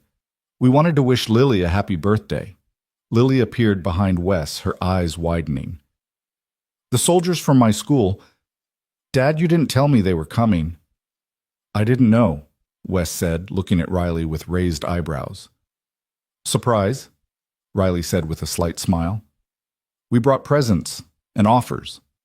They gathered in the small living room, the elite commandos looking somewhat out of place among the family photos and Lily's school artwork. Each had brought a gift thoughtfully chosen. Riley's was a journal with For Your Thoughts and Dreams embossed on the cover. Carmen had brought a set of resistance bands for training. Diana offered a book about famous women warriors throughout history. Jessica's gift was a charm bracelet with a small silver boxing glove charm. Redmond surprisingly presented a framed photo from the school assembly showing Lily asking her question with intense concentration. This is too much, Wes protested, but Lily was already overwhelmed with gratitude, thanking each woman personally. There's more, Riley said. Lily, we'd like to officially invite you to join our youth self-defense program at the community center. But not as a regular student. We want you to be our junior assistant instructor. Lily's mouth fell open. But I don't know anything about fighting. That's exactly why we want you, Redmond interjected. You'll be learning alongside the other kids, but you'll also help us understand how to teach children who've never been exposed to violence. Your questions, your perspective, they'll make us better teachers. Can I, Dad? Lily turned to Wes, her excitement barely contained. If it's what you want, Wes said carefully. But you follow their rules, and if at any point you feel uncomfortable, I'll speak up, Lily promised, just like you taught me. As the women chatted with Lily, showing her basic stances and explaining the program, Wes pulled Riley aside. This is very generous, but why? Because she's your daughter, Riley said simply. And because in that gymnasium, when you could have humiliated us, you chose to teach us instead. This is our way of honoring that choice. Plus, Lily really will help us. We're trained to teach soldiers, not children. Her perspective will be invaluable. The gathering was interrupted by another knock. This time it was 3 of the young men from Tommy's crew who had confronted them at the gym weeks ago. They stood awkwardly at the door, cleaned up and without their colors. Mr. Dalton, the leader who Wes now knew was called Marcus, said nervously, we wanted to take you up on your offer about training, if it's still available. Wes looked at the young men, then back at his living room full of elite female commandos, his daughter surrounded by warriors who had become something like family. The collision of worlds was complete. Monday, Wednesday, Friday, 5 a.m. sharp. Don't be late. Yes, sir, and happy birthday to your daughter. After they left, Carmen asked, You're teaching gang members now, I'm teaching young men who are looking for a better way, Wes corrected. Same as I'm teaching you. We're soldiers, not street thugs, Jessica protested. You're all people who've been taught that violence solves problems, Wes said evenly. The only difference is who gave you permission to be violent and who you're allowed to be violent toward. The lessons are the same: how to be strong without being destructive, how to protect without destroying. That afternoon, after the soldiers had left and Lily was trying on her new training gear, Wes received a call that changed everything. It was from a doctor at Memorial Hospital. Mr. Dalton, I'm calling about Chen Wu. You're listed as his emergency contact. Wes's heart stopped. Is he okay? He's had a massive stroke. He's stable but unconscious. We found your contact information in his wallet. Can you come? Wes looked at Lily, who was shadowboxing in the mirror with the enthusiasm only a 12-year-old could muster. Lily, we need to go to the hospital. Mr. Chen is sick. The man who owned the gym, the one you told me about. Yes, he's very sick. They drove in silence. Lily seeming to understand the gravity of the situation. At the hospital, they found Chen in the ICU machines monitoring his vital signs, his once powerful frame looking small and fragile in the hospital bed. Is he going to die? Lily asked quietly. I don't know, sweetheart. A nurse approached them. Are you family? The closest thing he has to it, Wes replied. Chen never married, never had kids. The gym was his family. He's been asking for someone named Wes when he's conscious. Is that you? Wes nodded, moving closer to the bed. Chen's eyes fluttered open, focusing with difficulty. Wes, he whispered, his voice barely audible. You came. Of course I came. Save your strength. No. Chen struggled to speak. Need to tell you. The gym. It's yours. Papers are with my lawyer. Always meant for you to have it. Chen, don't listen. Chen's grip on Wes's hand was surprisingly strong. You think you failed because someone died, but you succeeded because you stopped. You became what I always hoped you could be. A teacher, a father, a good man. His eyes shifted to Lily. Your daughter. Yes. Lily, this is Mr. Chen. He saved my life once. He saved himself, Chen corrected weakly. I just held the door open.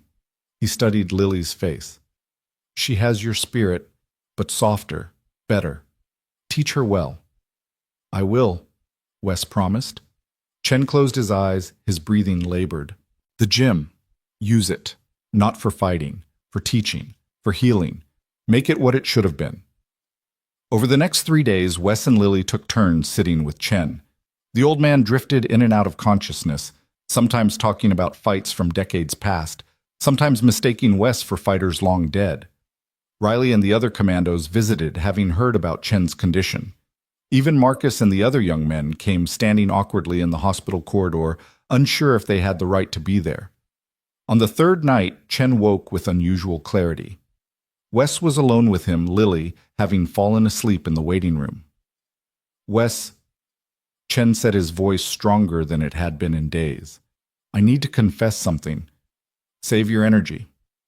"No, listen, Phoenix. The fight where the young man died.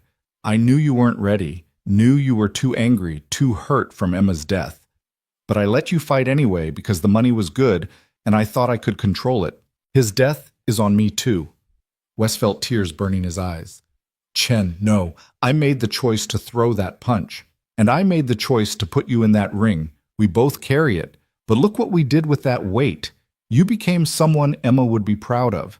I kept the gym open for kids like Marcus, gave them somewhere to go besides the streets. Bad choices can lead to good outcomes if we let them teach us." Chen reached out with a trembling hand, touching Wes's face. "You were the son I never had. Stubborn, angry, broken, but mine. Watching you rebuild yourself, watching you become a father, it was my greatest joy. Chen, please, promise me." Chen's grip tightened. "Promise me you'll use the gym. Not to create fighters, but to create people who choose not to fight. Promise me you'll teach them what I couldn't teach you in time." "I promise," Wes whispered. Chen smiled, a peaceful expression settling over his weathered features. "Good. Now go get your daughter. Take her home. Chen's boxing will be there tomorrow and the next day and all the days after. Make it something beautiful." Chen Wu died that night at 2:47 a.m., passing quietly while Wes and Lily held his hands. His last words were about a fight from 1982 where he'd knocked out a heavyweight champion with a lucky punch, a story Wes had heard 100 times but listened to one last time with fresh appreciation. The funeral was held at Chen's boxing, the only place that made sense. The gym filled with people from all walks of Chen's life. Former fighters, current trainers, kids from the neighborhood who'd learned discipline within those walls, business owners who remembered when Chen would chase drug dealers from the corner. Wes stood to speak, Lily beside him for support. "Chen Wu saved my life," he began, his voice carrying through the packed gym.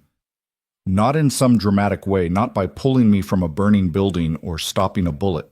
He saved me by seeing who I could be when I could only see who I was. He gave me a place to be angry safely, then taught me how to let that anger go." He looked at the assembled crowd, seeing his past and future mingled together. The Commandos were there, Marcus and his friends. Other fighters he'd known in his previous life. Even Sergeant Major Redmond's dying father in a wheelchair, insisting on paying respects to a fellow warrior. "Chen left me this gym," Wes continued. "Not to me alone, but to all of us. He wanted it to become something more than a place where people learn to hurt each other. He wanted it to be a place where people learn to heal, to choose strength over violence, compassion over conquest." He paused, feeling Lily's hand slip into his. "Starting next week, Chen's boxing will reopen, not as a fight gym, but as a community center. We'll teach self-defense, yes, but more importantly, we'll teach self-control. We'll teach the hardest lesson Chen ever taught me, that the strongest person in any room is often the one who chooses not to fight." After the service, as people mingled and shared Chen stories, Riley approached Wes. "That was beautiful," she said. "Chen would be proud." "I hope so. I'm terrified, honestly. Running a gym, being responsible for teaching others. What if I fail?" "Then you'll learn from it and do better," Riley said simply. "Just like you taught us." Patricia Redmond wheeled her father over. The old man was gaunt, clearly in his final weeks, but his eyes were sharp and alert. "You're the janitor," he said, his voice raspy but amused. "The one who humbled my daughter's entire unit." "Dad?" Patricia protested.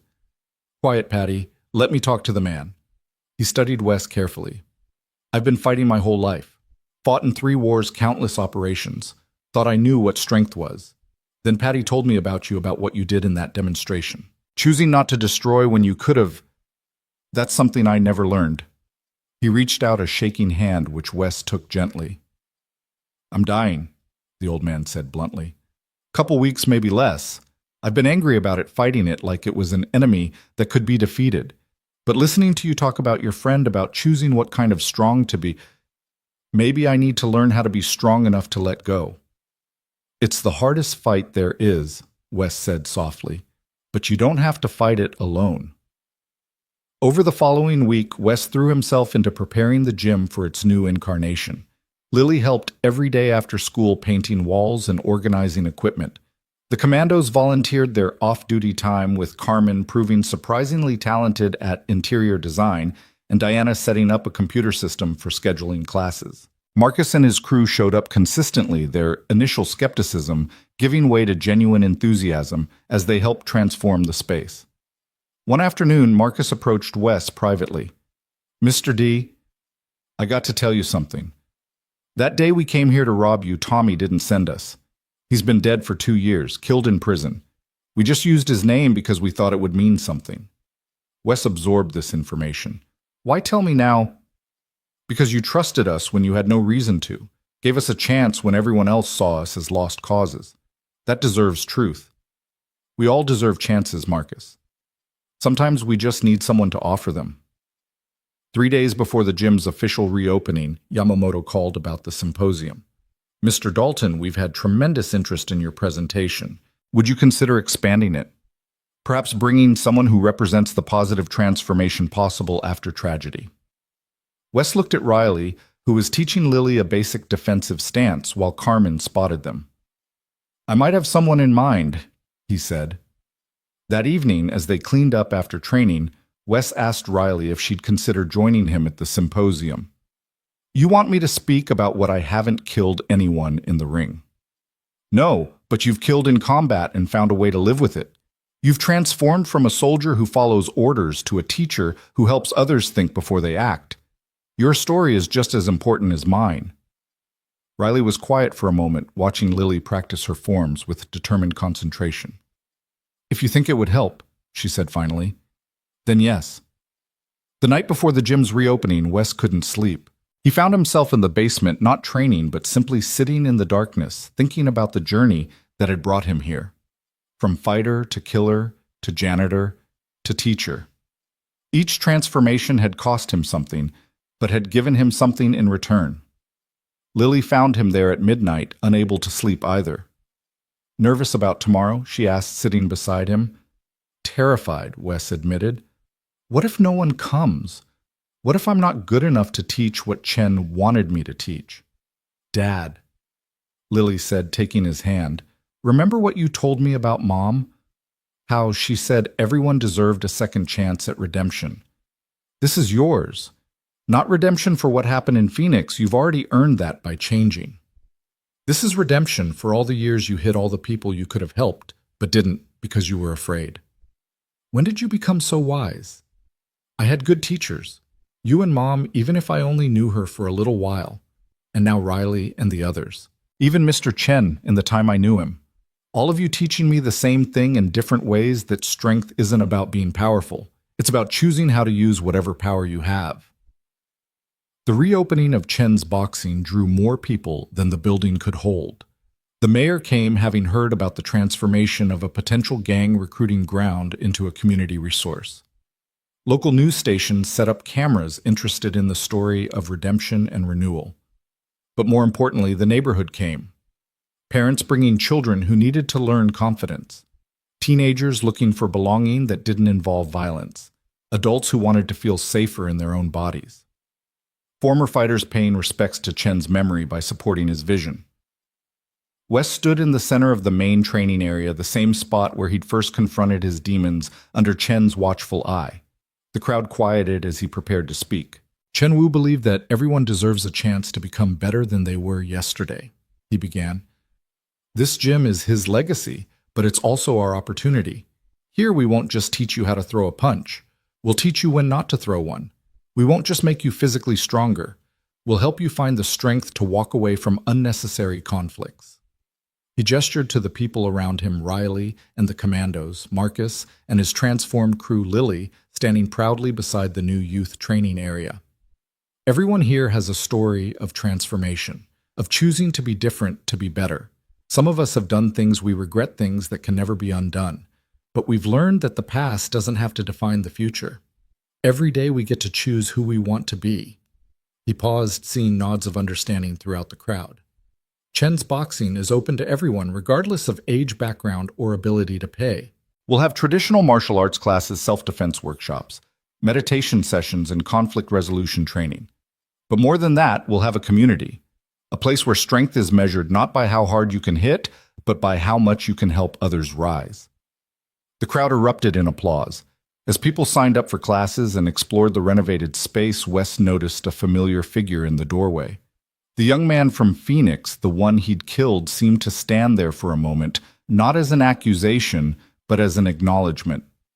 Then the image faded, replaced by excited children eager to start their first lesson.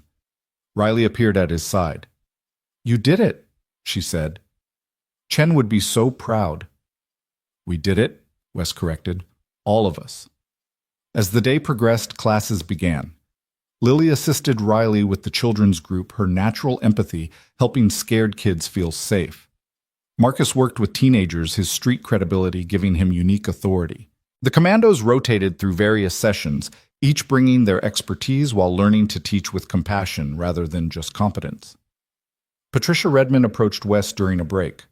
"My father passed this morning," she said quietly, peacefully. "He wanted me to tell you something." Wes waited, seeing the grief and peace warring in her eyes. "He said to thank you. That conversation at Chen's funeral about being strong enough to let go, it changed his last days. Instead of fighting and raging, he spent them telling stories, saying goodbye, making peace. He died holding my hand, smiling at a memory of my mother.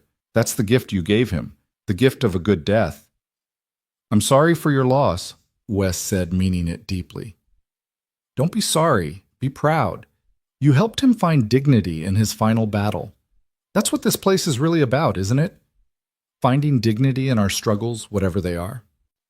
That evening, after the crowds had gone and the gym was quiet, Wes stood with Lily in the main training room. The walls were covered with photos Chen and his prime current students already making progress, inspirational quotes about strength and choice. "Dad," Lily said, "I want to add something."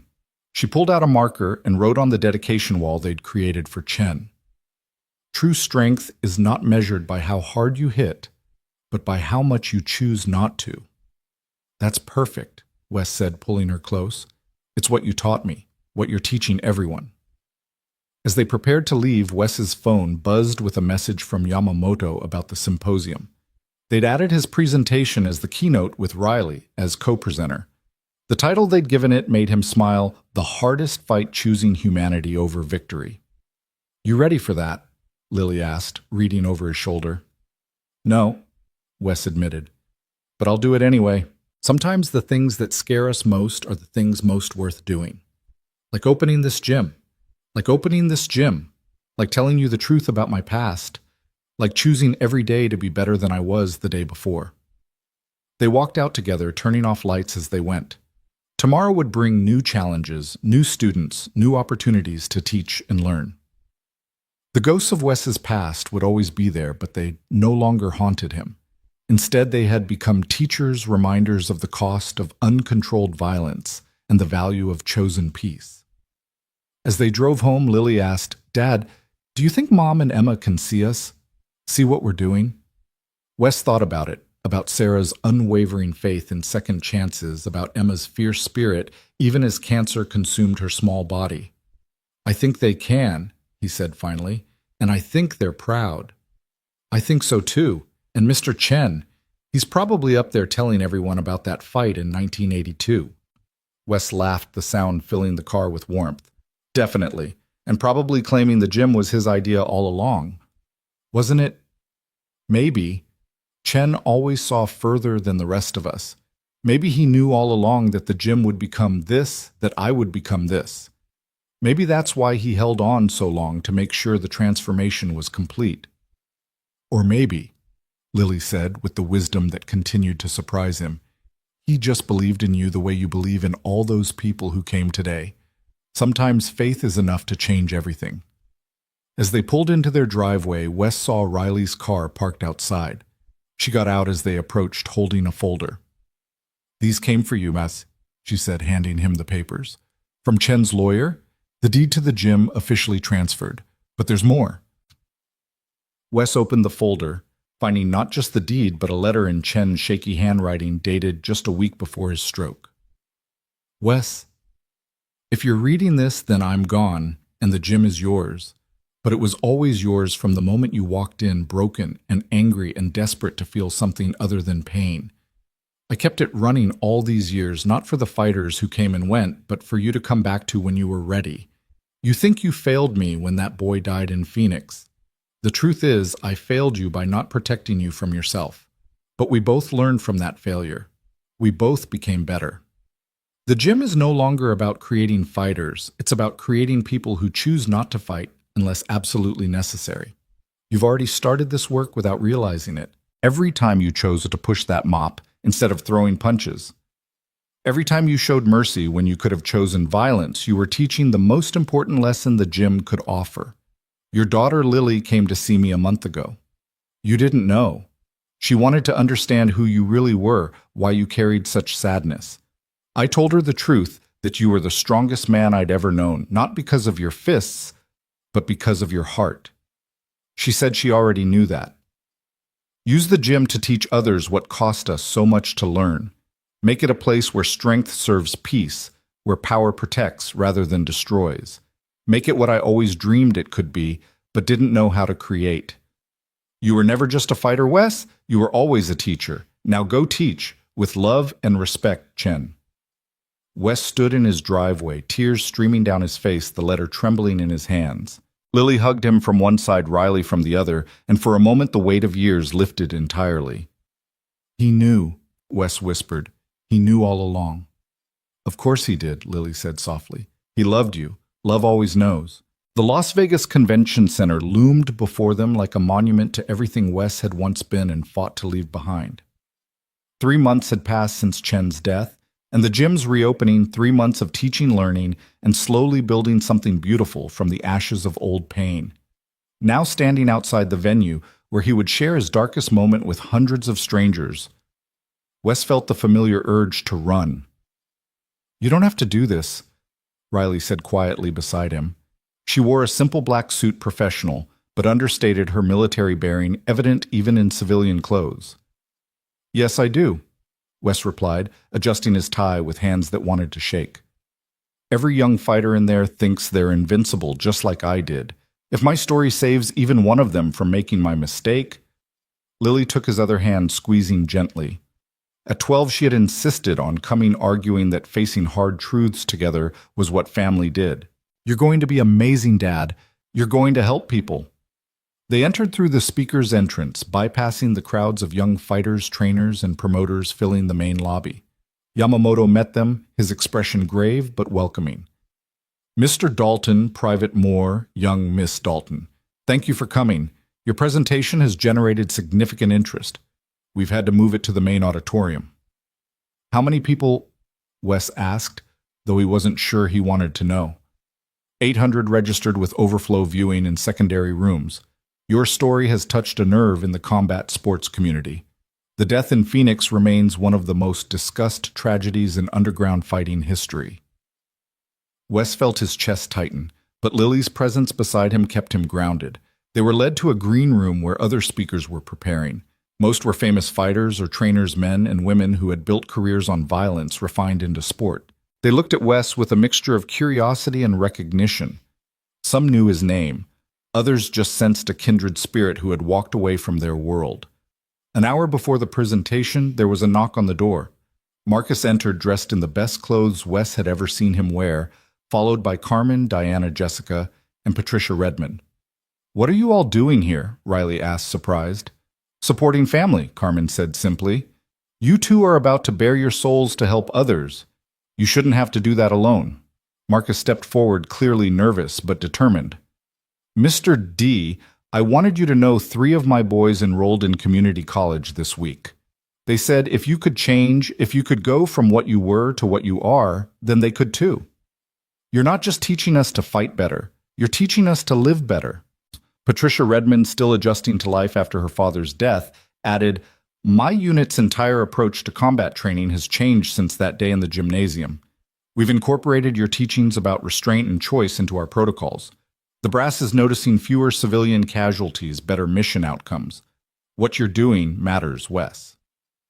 The support strengthened him, but as the time approached, Wes found himself in the bathroom, staring at his reflection and seeing the ghost of the angry young man who had killed without meaning to. "He's still in there, isn't he?" Riley's voice came from behind him. She had followed him, understanding his need for a moment, but not wanting him to face it alone. "The fighter. The one who lost control." "Always," Wes admitted. "Every day I look in the mirror, I see him. But now I also see who I chose to become despite him." "Because of him," Riley corrected. "Your pain became your purpose." That's what we're going to tell them, isn't it? That our worst moments don't have to define us, but they can refine us if we let them. They walked to the auditorium together, Lily joining them at the stage entrance. The space was packed, a sea of faces, both young and old, all connected by their relationship with violence as sport, as profession, as identity.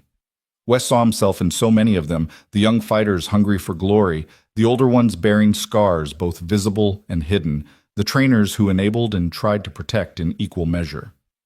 Yamamoto introduced them, providing brief context without sensationalism. Then Wes stood at the podium, the microphone waiting, 800 people, silent and expectant.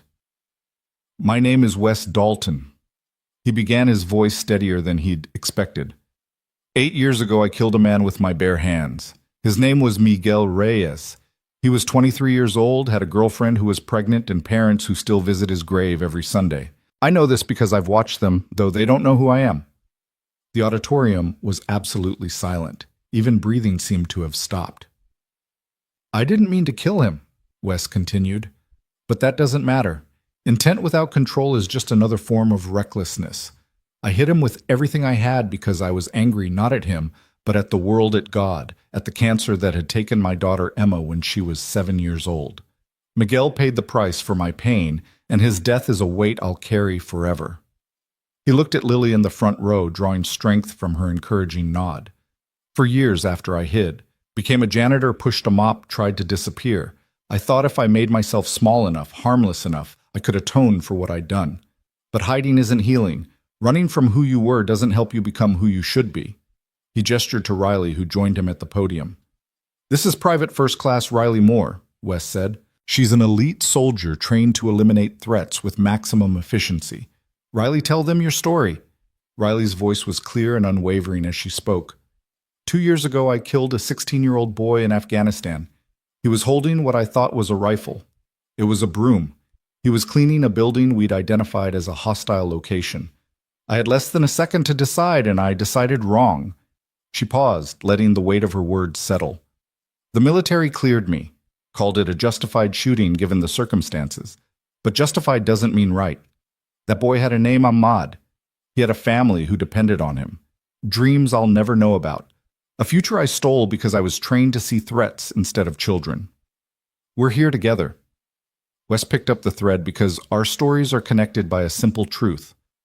Violence, even controlled violence, even justified violence, has consequences that ripple far beyond the moment of impact. Every punch you throw, every fight you enter, every time you choose aggression over alternatives, you're gambling with lives. Not just your opponents, but their families, your own soul. A young fighter in the audience stood up. "So what we should just quit? Stop fighting because someone might get hurt?" "No," Wes replied. "But you should understand what you're risking. You should train not just your body, but your mind. You should learn control before you learn destruction. And most importantly, you should understand that the hardest fight you'll ever face isn't in any ring, it's the fight to remain human when you've been trained to be a weapon." Riley took over, describing the transformation she'd undergone, the shift from soldier to teacher, from weapon to guardian. She talked about the children's self-defense classes at Chen's boxing, about teaching kids to be strong without being violent, confident without being aggressive. Real strength, she said, isn't about domination. It's about choice. The choice to help instead of hurt, to protect instead of punish, to walk away when walking away is the harder path.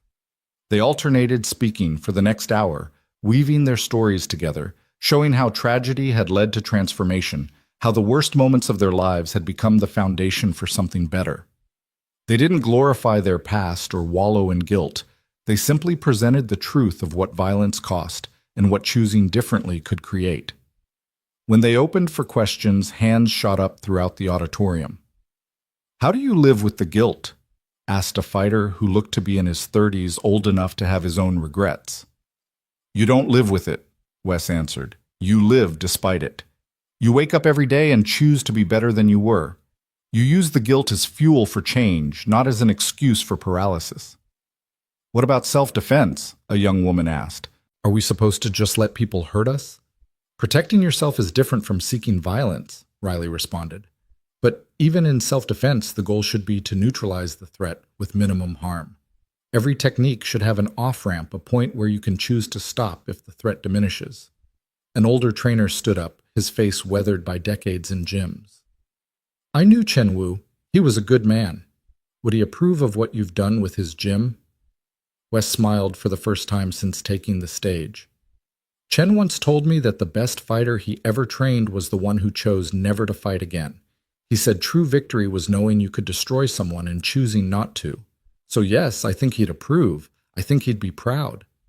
As the formal presentation ended and people began to approach the stage with individual questions, Wes noticed a woman standing at the back of the auditorium, older, wearing black, her face drawn with grief. Something about her posture, her presence made his blood run cold. She walked forward slowly, the crowd parting unconsciously before her. When she reached the stage, she looked up at Wes with eyes he recognized. They were Miguel's eyes, the same shape, the same color.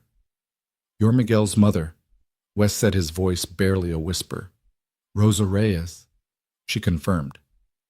"I came here because I heard you would be speaking about my son's death." The auditorium fell silent again, everyone sensing the weight of this moment. "I'm sorry," Wes began, but she held up a hand. "I didn't come for apologies," Rosa said, her voice carrying surprising strength. "I came to see the man who killed my son, to understand who you are now versus who you were then." She studied his face, then looked at Lily, who had moved closer to her father protectively. "This is your daughter." "Yes, Lily." Rosa's expression softened slightly. "She's beautiful." Miguel would have had a daughter by now. "Her name is Esperanza. Hope. Her mother chose it because even in tragedy, we must have hope." "Mrs. Reyes," Wes started again, but she continued. "I hated you for so long, wished you dead, wished you suffering, wished every horrible thing upon you. But hate is heavy, Mr. Dalton. It was killing me as surely as you killed Miguel. So I came here to see if you were worth forgiving." The entire auditorium seemed to hold its breath. "And?" Wes asked, though he wasn't sure he wanted to hear the answer. "You've suffered," Rosa observed. "I can see it in your eyes. You've carried Miguel's death, haven't you? Not just as a memory, but as a weight. Every day." "Good," she said, and there was no cruelty in it, just acknowledgement. "He deserves to be carried, but I see you've done more than suffer. You've changed. You're teaching others to avoid your mistakes. That's something." She reached into her purse and pulled out a photograph, Miguel in his fighting gear, young and confident and alive. "This was taken a week before he died," she said, handing it to Wes. "He was so proud, so sure he was going to be champion. He didn't know how to be afraid, and I never taught him because I wanted him to be strong." Wes looked at the photo, seeing the young man not as the opponent he'd destroyed, but as someone's son, someone's hope. "Keep it," Rosa said. "Let it remind you that everyone who steps into a ring is more than a fighter. They're someone's child, someone's love, someone's future. Teach that to your students." She turned to leave, then paused. "Mr. Dalton, I forgive you, not for your sake, but for mine, and for Esperanza's. She deserves to grow up in a world with less hate, even if it has the same amount of pain."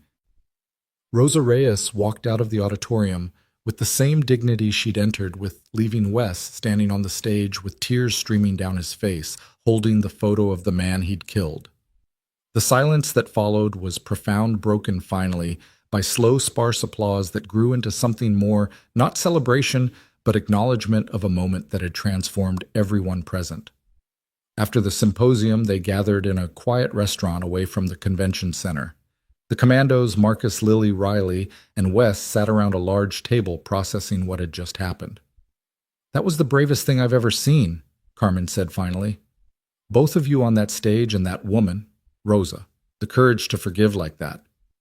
"It wasn't about forgiveness," Wes said, still holding Miguel's photo. "It was about moving forward. She didn't forgive me to absolve me. She forgave me to free herself." Marcus, who had been quiet throughout dinner, finally spoke. "Mr. D, can I ask you something? If you could go back, would you never have learned to fight at all?"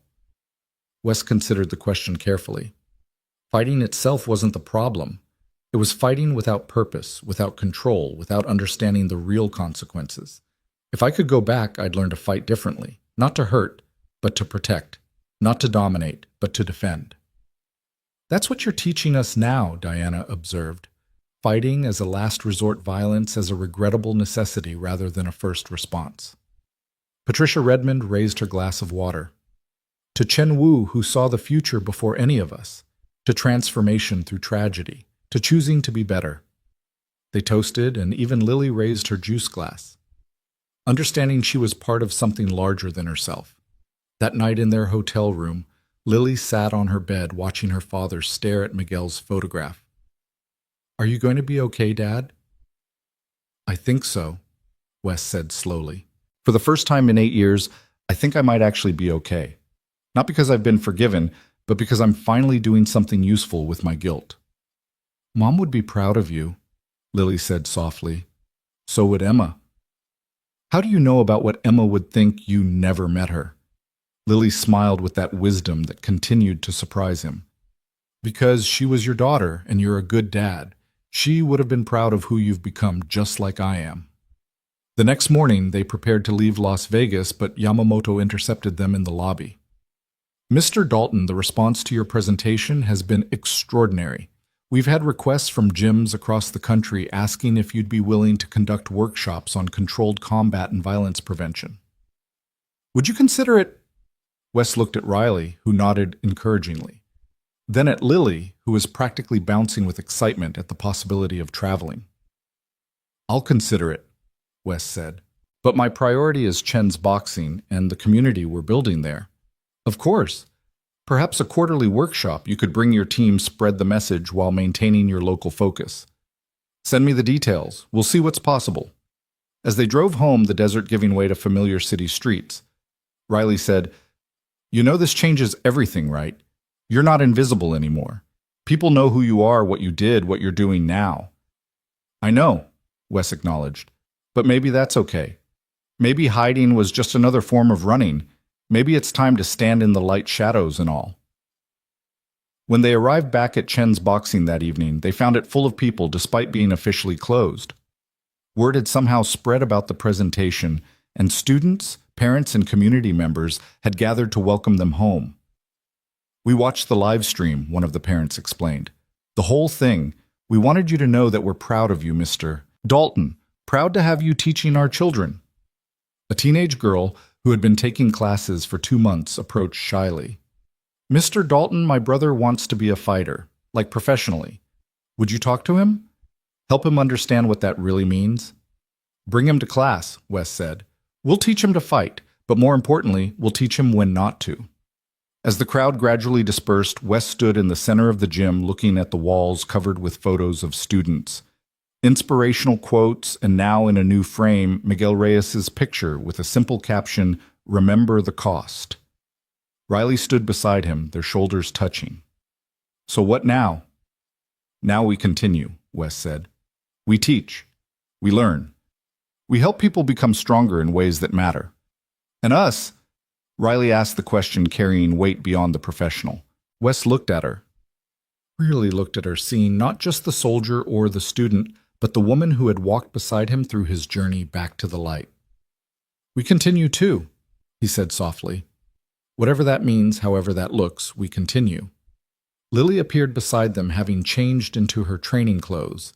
"Are we doing evening class or not? Marcus and the guys are waiting." Wes smiled, pulled from the heavy moment by his daughter's practical energy. "We're doing class. Riley, you want to help me demonstrate the new defensive sequences?" "Always," Riley replied. As students filed in for the evening session, Wes felt something shift in his chest, a loosening of bonds he'd wrapped around himself for protection. He wasn't the angry fighter anymore. He wasn't the broken father hiding in janitor's clothing. He wasn't even just the teacher trying to atone for past sins. He was all of those things, and none of them. He was simply Wes Dalton, a man who had fallen as far as a person could fall and chosen to climb back up, not to his former height, but to something different, something better. He was a father, a teacher, a friend, a man still learning how to transform pain into purpose. The evening class began with meditation, as all classes now did. Wes led them through breathing exercises designed to create space between impulse and action to find the pause where choice lived. Remember, he said, his voice carrying through the gym, every technique you learn here is a tool. Whether that tool builds or destroys depends entirely on how you choose to use it. We're not creating fighters. We're creating people who happen to know how to fight but choose not to unless absolutely necessary. As he watched his students, former gang members learning discipline, soldiers learning restraint, children learning confidence, adults learning that strength came in many forms. Wes understood that Chen's dream had finally been realized. The gym was no longer a place where people learned to hurt each other. It had become a place where people learned to heal, to choose to be more than their worst impulses. Marcus was working with a new student, patiently showing him the same basic stance over and over, exhibiting a patience he'd never had before his transformation. Carmen was helping a middle-aged woman overcome her fear of confrontation through controlled exercises. Patricia Redmond, on leave from the military, was teaching meditation to a group of teenagers who hung on her every word. And in the corner, Lily and Riley worked together on a complex defensive sequence, the 12-year-old daughter of a former killer learning from an elite soldier how to protect without destroying, how to be strong without being violent. This was redemption, Wes realized. Not erasure of the past, but transformation of it into something useful. Miguel Reyes was still dead. That would never change. But his death had led to this, a place where others might learn to avoid the tragedy that had destroyed 2 lives that night in Phoenix. "Dad," Lily called out, "show everyone that combination you taught me yesterday, the one that's all about redirecting energy." Wes moved to the center of the mat, and his students gathered around. As he began to demonstrate, he caught sight of himself in the mirror. The man looking back was older, marked by loss and weighted by responsibility. But he was also lighter somehow, no longer hiding, no longer running. "The key to this technique," he explained as he moved, "is understanding that your opponent's energy doesn't have to be met with opposing force. It can be redirected, transformed, even dispersed. Just like pain doesn't have to be met with more pain. It can be transformed into understanding, into compassion, into growth." As he taught, Wes felt Chen's presence in the gym not as a ghost, but as a legacy alive in every lesson, every choice to be better, every young person who learned that true strength had nothing to do with domination and everything to do with choice. The class continued late into the evening, no one wanting to leave the sanctuary they'd created together. As the last student finally departed and they began cleaning up, Wes found himself standing before Miguel's photo. "I'll carry you," he whispered to the image. "Always. But I'll carry you forward not as a weight that holds me down, but as a reminder of why this work matters." Riley appeared beside him, having overheard. "That's all any of us can do with our ghosts. Carry them forward, transform them into something that helps rather than haunts." "When did you become so wise?" Wes asked, echoing his frequent question to Lily. "I had a good teacher," Riley replied. "He showed me that the hardest fights are the ones we have with ourselves, and that choosing peace when you're capable of war is the greatest victory of all." As they turned off the lights and locked up, Lily took both their hands, linking the 3 of them as they walked to the car. Above them the stars were visible, despite the city lights, each one a distant fire burning in the darkness. "Mom would have liked this," Lily said suddenly. "All of it. The gym, the teaching, the way you've both found each other through helping others." Wes and Riley exchanged glances over her head, acknowledging what Lily had seen before they'd fully admitted it to themselves. They were more than teacher and student now, more than friends, united by shared purpose. They were something new, something still forming, something that had grown from the soil of tragedy but bloomed into possibility. Yes, Wes agreed, squeezing both their hands. Sarah would have loved this. She always believed in second chances and redemption through action rather than words. She would have been proud. She is proud, Lily corrected, with the certainty only a child could possess. Wherever she is, she's proud. And so is Emma. And Mr. Chen, and maybe even Miguel in his own way. Because look what his death created, not more violence, but less. Not more anger, but understanding. That's the best memorial anyone could have. As they drove home through streets that had once seemed full of threat and judgment, but now felt like Community Wes understood that his journey wasn't ending but transforming into something new. The symposium had been a watershed moment. Rose's forgiveness, a gift he hadn't earned but would honor, and the gym's evolution into a true community center was Chen's dream realized. But more than that, he had found his way back to himself, not the self he'd been before tragedy struck, but a new self forged in the crucible of loss and chosen rehabilitation. He was a father who no longer hid from his daughter, a teacher who taught from experience rather than theory, a man who had learned that strength wasn't about what you could do, but about what you chose not to do. The ghost of the angry fighter would always be with him, just as Miguel's death would always be part of his story. But ghosts could be teachers too, reminders of roads not to travel again, guides for helping others avoid the same dark paths.